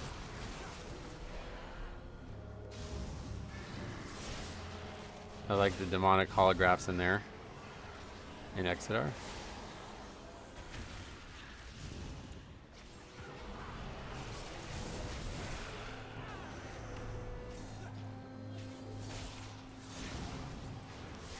One of my first characters was a Draenei. I love the Exodar. Yeah.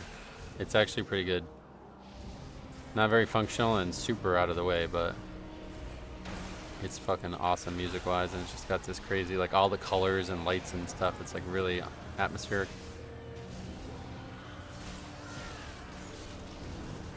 When they display the various creatures in the Legion. Oh, okay. That must. I'm not really very well versed in the city, to be honest. So I will eventually do a Draenei Shaman playthrough on there, and that'll probably be the first time I've ever spent any actual significant time in that zone outside of doing small leveling challenges.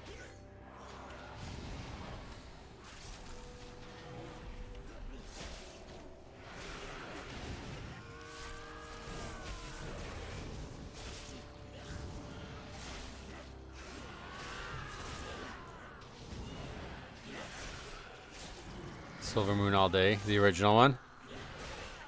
It's pretty cool. I mean, it's not a bad city. It's just way less atmospheric than Exodar, and it's another one that's just not being able to fly there, man. It's just rough going back to it.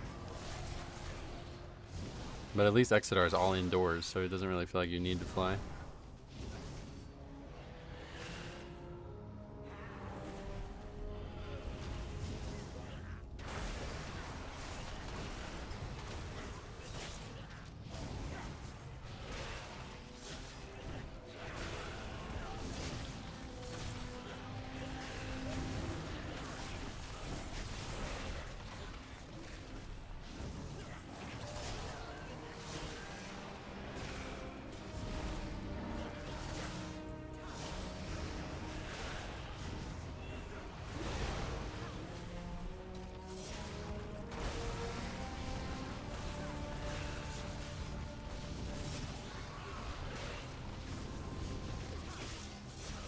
I'm like almost scared to check out the new Silver Moon though, because it's so beautiful, and the theme of it is so high that I feel like it's gonna be hard for me not to be disappointed. But as long as the music's good, I'm hoping it's gonna be awesome. Hope it's gonna be my new favorite. I wonder if Dormi will be there to see Old Silver Moon. Oh no, they're like totally different zones. They're not even the same zone. I'm not actually sure how you even get to the old zones. That part I still am not clear on. If you're not max level or whatever, if you're not 80, then you just can't see the new zone, it seems. I don't even know if you can even get to it. Maybe you can get summoned to it. But otherwise, the map doesn't even indicate that it's there. And then if you are 80, the old map doesn't even exist from what I've seen. I hope it doesn't nuke my PC like Dalaran did in Legion. The graphics style and stuff are definitely demanding more resources than the previous games, like requirements, but the only reason that happened with Dalaran is because there was 1,000 people all within one area and it was floating above the ground. That was the actual reason that Dalaran is so famous for that.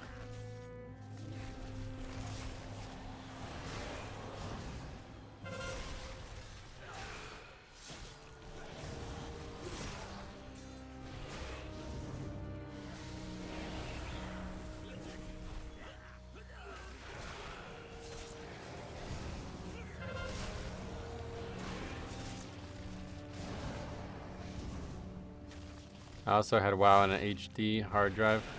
I could go on a 5-minute break before the loading screen got done. Yeah, when I first started playing WoW seriously in Wrath, I had to like stay the fuck away from Dalaran. Like I could not go there. My PC would just, it would take like 10 minutes to get in there and get out. But then I eventually built like an actual PC. I was just using like a laptop at the time. My laptop currently would probably handle Dornegal better than the original laptop handled Dalaran, but still.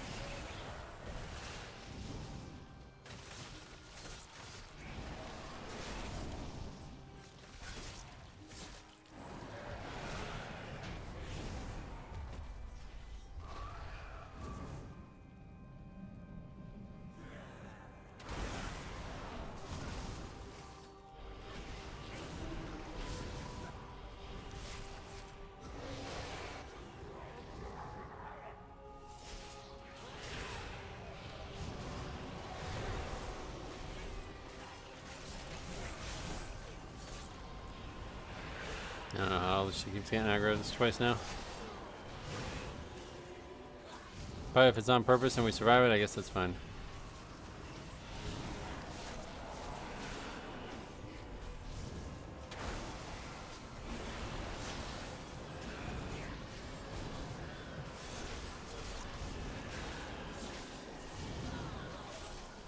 Yeah, I guess we're gonna be alright.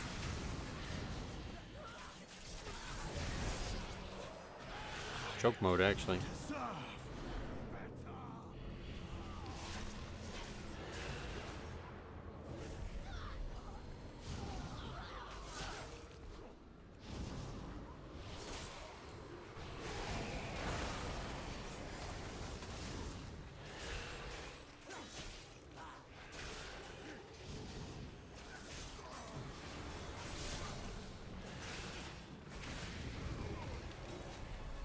All you need is a paladin in your party to randomly taunt. Haha, that shit was great. I mean, we basically have a demon hunter in our party doing that, so.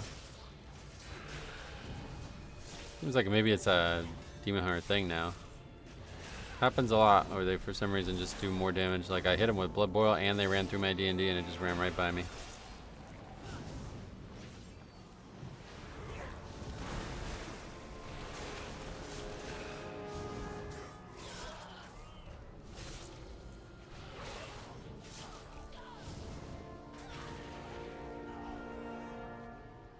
That Pally plus range Havoc from Floodgate is the dream duo. Oh my god, I can't even imagine.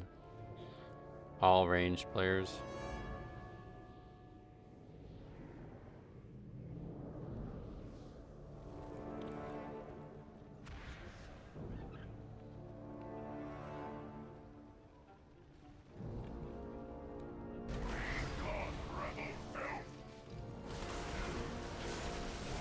Anything about Demon Hunter? I don't know anything about Demon Hunter, but I grab threat from tanks sometimes when I grip.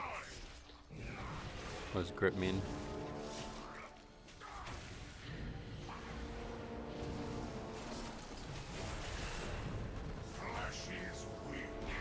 I think they just do like a lot of instances of damage quickly, whereas most casters don't.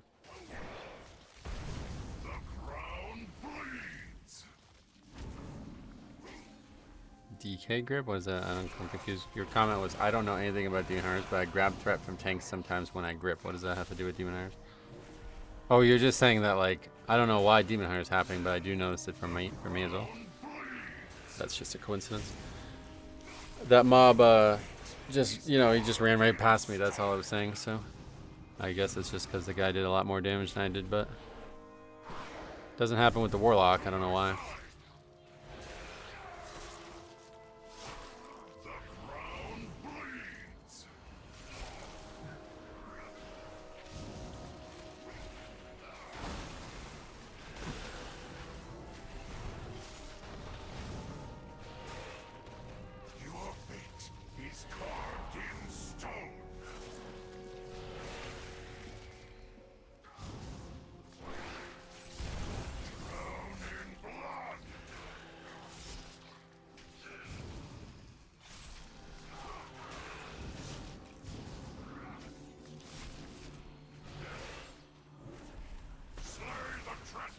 DK would pull off me as Prot Warrior in raids when we had similar gear. I think it's CPS, so yeah. Yeah, I don't think it has anything to do with that, just because, like I said, the Warlocks are not, you know, the other range are not having this issue. It just seems to keep being Demon Hunter.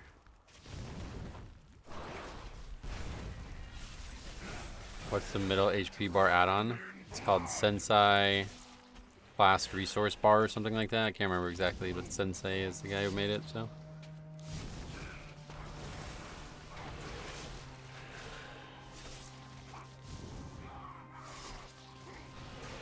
Very happy with it.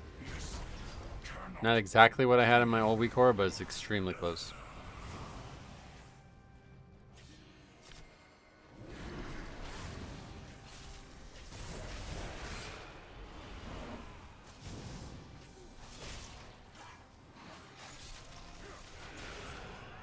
Got lucky with that, to be honest. Because the visuals of it are something I really wanted to not lose.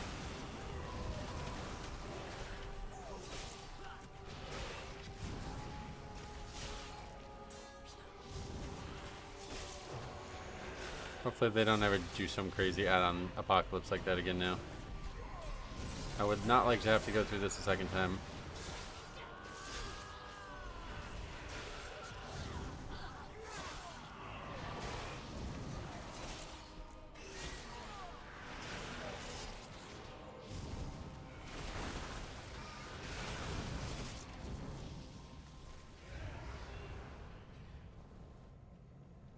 I want to move these. I think I'm going to get rid of that and move that somewhere else.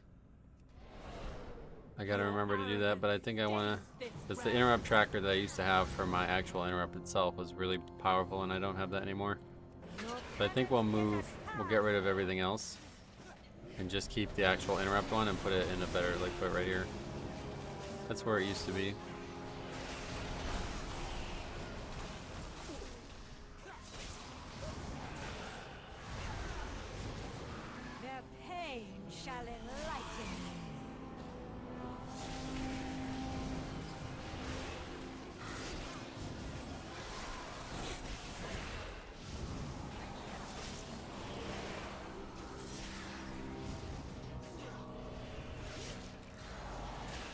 I think Demon Hunter rips threat off tanks all the time now because they have a bunch of healing aggro. Oh, really? I didn't realize that. If that's the case, that may make sense.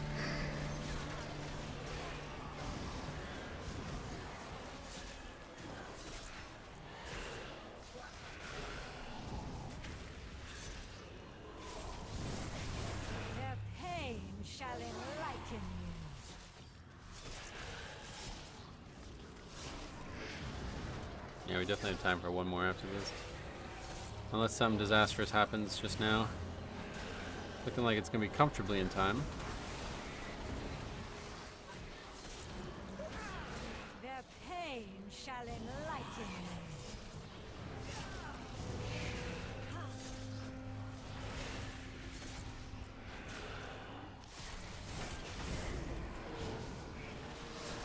Well, yeah, no jinx, but I think the Demon Hunter is just randomly taunting. Do they actually still have taunt?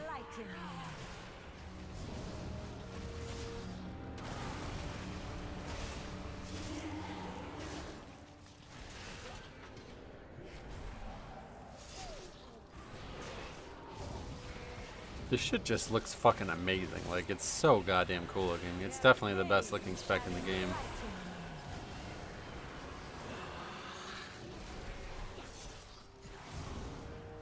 Seem to have the I-beam all the time as well.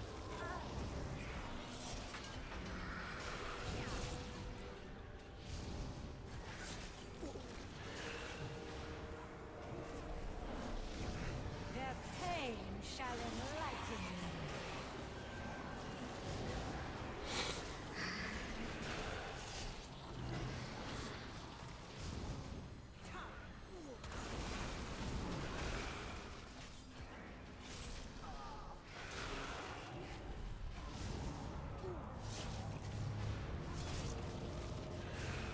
Their pain shall enlighten you. How the fuck are people dying? My flock needs me.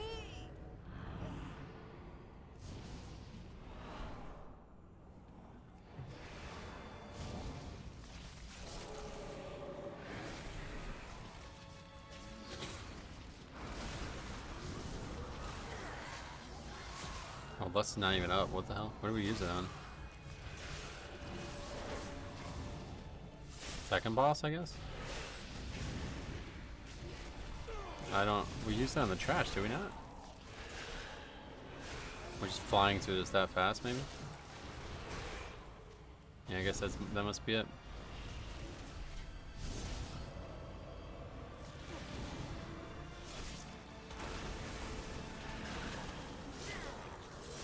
Yeah, so normal time, we just somehow are not having lust right now.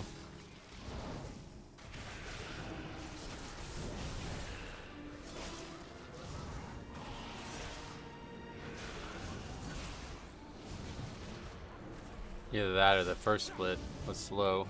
That might be the case. I also really like how whenever anything changes the color of your character, it really makes a big impact on the way Void Demon Hunter looks.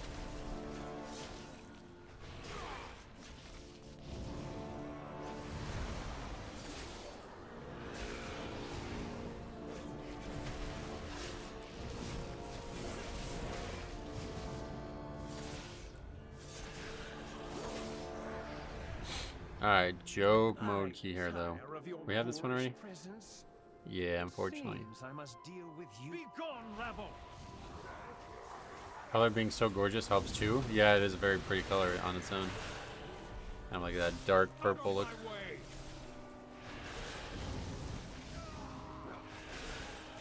You are no match for my power. You are beneath my contempt. Imagine if it was just like green. Well, You are beneath my contempt. that was the original one, right? Pitiful wretches. You are beneath my contempt.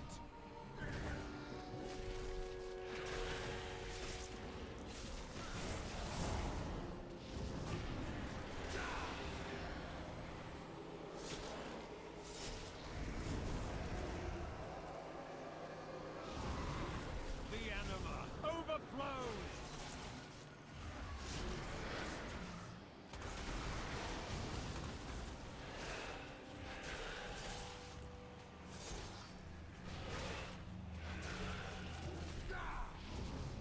Hey SLB, what's up, brother? How you doing? I am losing my patience. You are no match for my power. You like the Blood Death Knight buffs? Nothing to dislike, right? I mean, but yeah, it doesn't seem like it. I guess everybody's getting buffs, so nothing. Just they're just tuning tank threat, I guess, overall with those. Not really sure why they're buffing that stuff. Looks like a good group. Yep, this is a good group. 6 deaths, still gonna be super comfortable.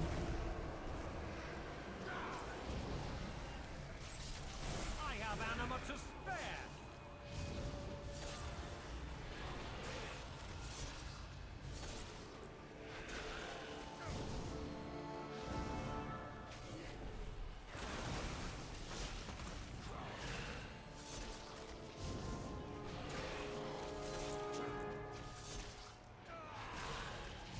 You are beneath my contempt. Behold the might of the Benfair. Out of my way.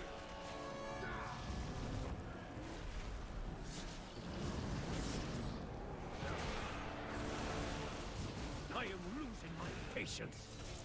Wouldn't say everybody gets buffs. Oh, really? Faxi said all tanks got buffed, even Prop Pally. But I didn't read the stuff, so I don't know. You are beneath my contempt. Worthless servants. Alright, another easy one. 1 extra point. Look at us. How impressive is that? Alright, we barely have time for one more key, so let's get going. Probably got a nerf, honestly. Oh, really? What the fuck? Probably got overall nerfed and buffed for not played hero spec. Oh, I see. Probably only got damage buff. Well, that's what we're talking about. Damage, yeah. The tank in my guild was going off that it was buffed. Oh, yeah. Ooh, Eric Kara 21. Wow. That'll be interesting. Monk may have been buffed, but I'm hearing rumors it's a bug fix. Maybe the tank in your guild loves Templar, maybe. Maybe there'll be UI improvements, maybe. Probably more are not coming until the next, like, you know, next development cycle.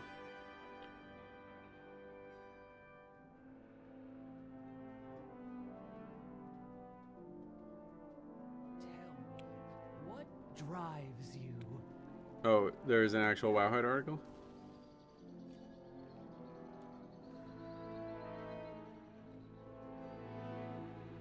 With the release of the second pre-expansion update. Oh, no, that's just the stuff that's already been on the beta that's now coming.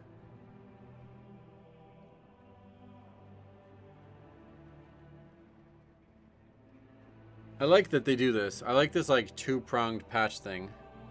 It's kind of interesting. Prot Warrior actually got nerfed for no reason. Oh, really? Just because they're fucking ugly, probably. Fucking shit healer. Or shit tank, lol.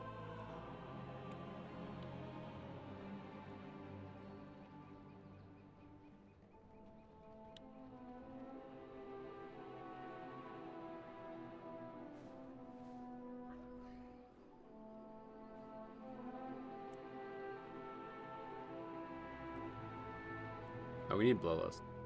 Definitely not going to do this one without Bloodlust. I guess during pre-patch, it acts like retail versus PTR. What do you mean?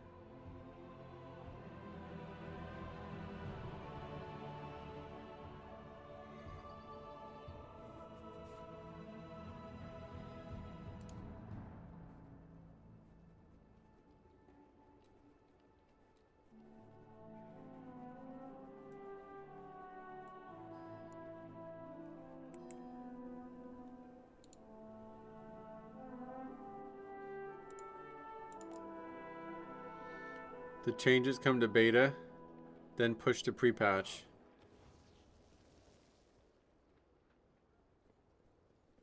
That's confusing when you word it that way, but yeah, I think it's just they're just 2 separate patches basically. Stuff that's definitely not going to be ready for when they want the actual content of the pre-patch to come in. It just gets delayed until a second smaller patch later on. They did that since Dragonflight, so it's been pretty good. I like how they're handling it. I don't know if these changes will make it to pre-patch. What, the tank changes? No, they're coming on Tuesday apparently.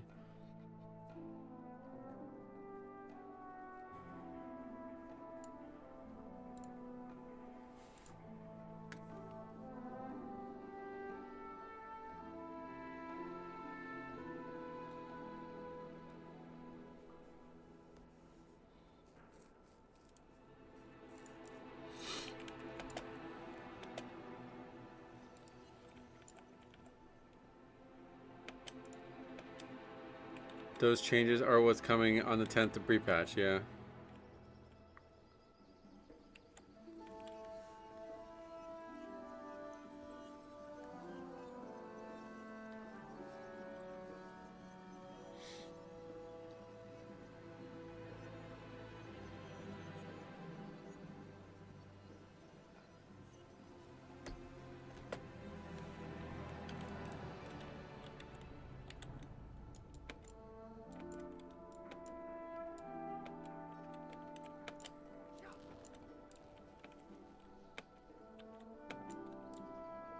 The Crusader Strike changes lasted about 12 hours on beta, then they reversed it again, yeah.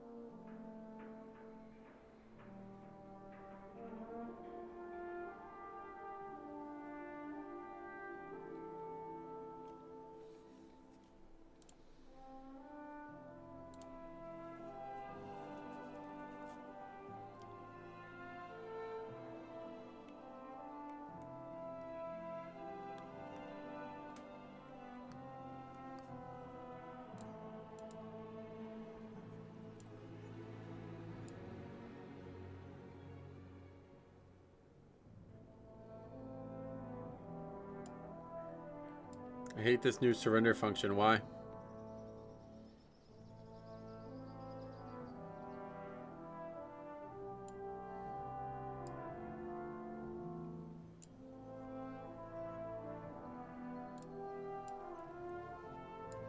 The blue post doesn't have Holy Pally changes it in for pre-patch. Oh no. Alright, come on, let's go. We gotta find a healer.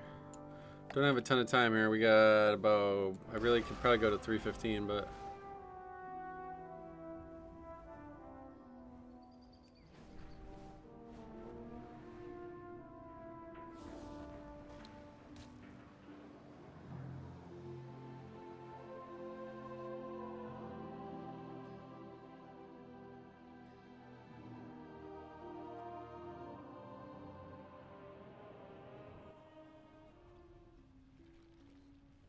Crusader Strike is still in the beta and Holy Shock still has the higher CD. They didn't reverse it. Oh no.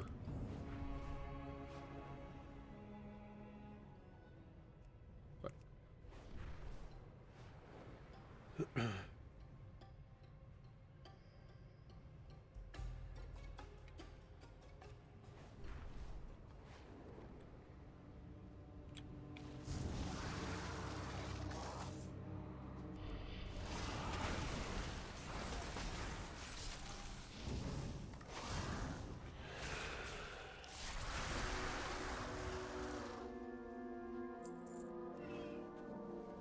The state of Holy Pally is confusing. Yeah, sounds like it.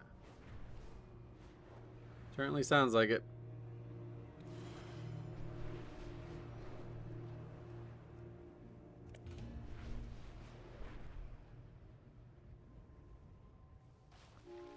The changes they talked about reversing won't be in Tuesday's patch unless they do it between now and then. Okay.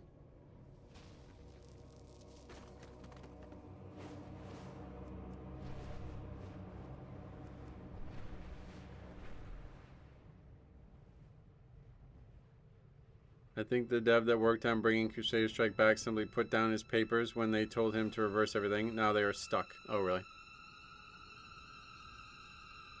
Put down his papers? What does that mean? Like he refused to do it or something? Alright. It's the best we got.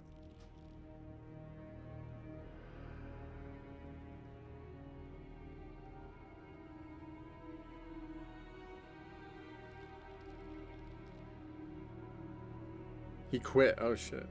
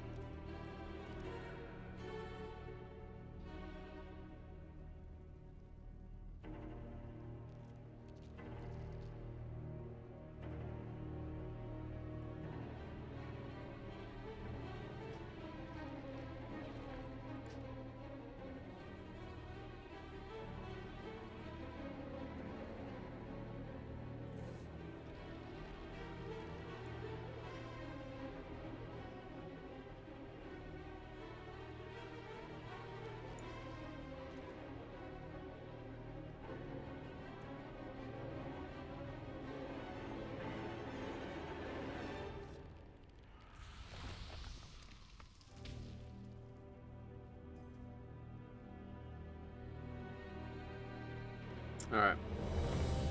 Probably last key of the week. Not going to be able to stream tomorrow, and I probably won't stream Friday with TBC launching and be very quiet. Crusader Strike doesn't really do anything. Very low damage and no procs, so they call it an empty filler. There were some good suggestions on how to make it meaningful, but they're not doing it. What, so it doesn't give you holy power anymore?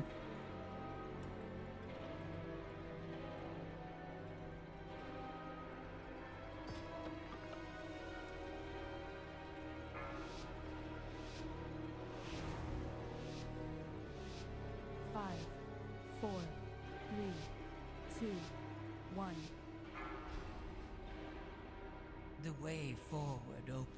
It does, but so does Holy Shock, and that also heals and gives you proc, so it's superior. Oh yeah, but Holy Shock is a cooldown, no?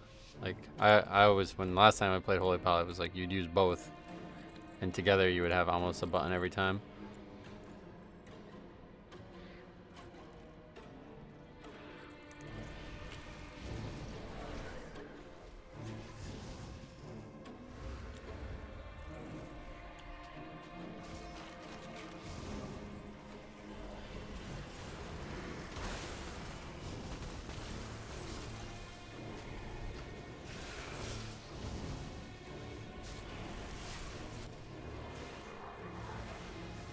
Corfine's nice here.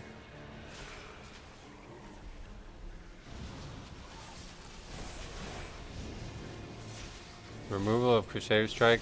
The CD of Holy Shock was significantly reduced. Oh, yeah, that's probably way better, actually. That's probably way better.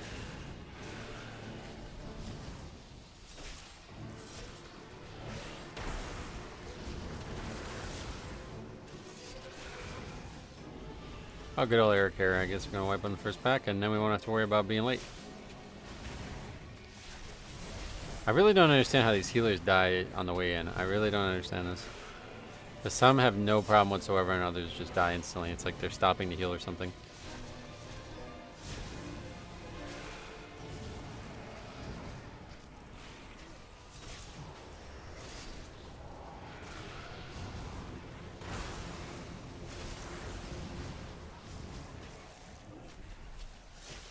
They don't know how to use their defensives. I don't know that that's it. Might be more than that, I think.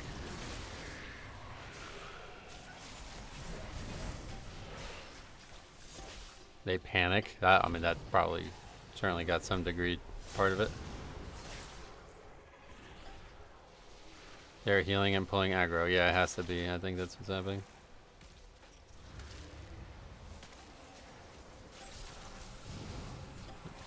Well, there you go. That saves us some time.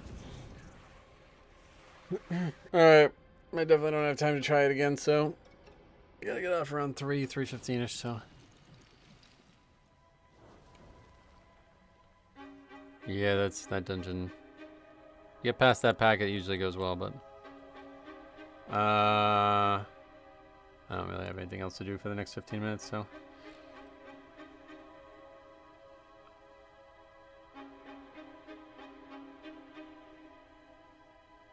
Can't even go back to Dornigal. Yeah, I guess we'll get off, and I will be back. I'm not sure what's going to happen now. We'll definitely be Tuesday, one way or the other. But, yeah, I think I'll take the rest of the week now. I'm not going to be able to stream tomorrow anyway because of the game. So, yeah, I think we will take Friday off as well and get some videos made this weekend. Try to get caught back up on that. I would like to try to get the Silver Moon stuff done on the beta this weekend. We'll see if I have time for it. The issue was Earthshield. Oh, yeah. But yeah, we'll see if we can get that done. I gotta get basically Thursday, Friday, Saturday, Sunday, Monday. 5 videos made, so 5 videos across, I mean, really 5 days. I don't think Saturday I'll have any free time whatsoever. But we'll see. The Dalaran Hearthstone? Well, no, I want to go Dornigal. I have all kinds. I might have Cloak of Coordination and other stuff that I can go to different cities, but we'll just wait for Dornigal's portal to be up, and then I'm going to use it. How long did we stream? We didn't stream very long, right? 3.5 only, but part of that is just because that key just disbanded.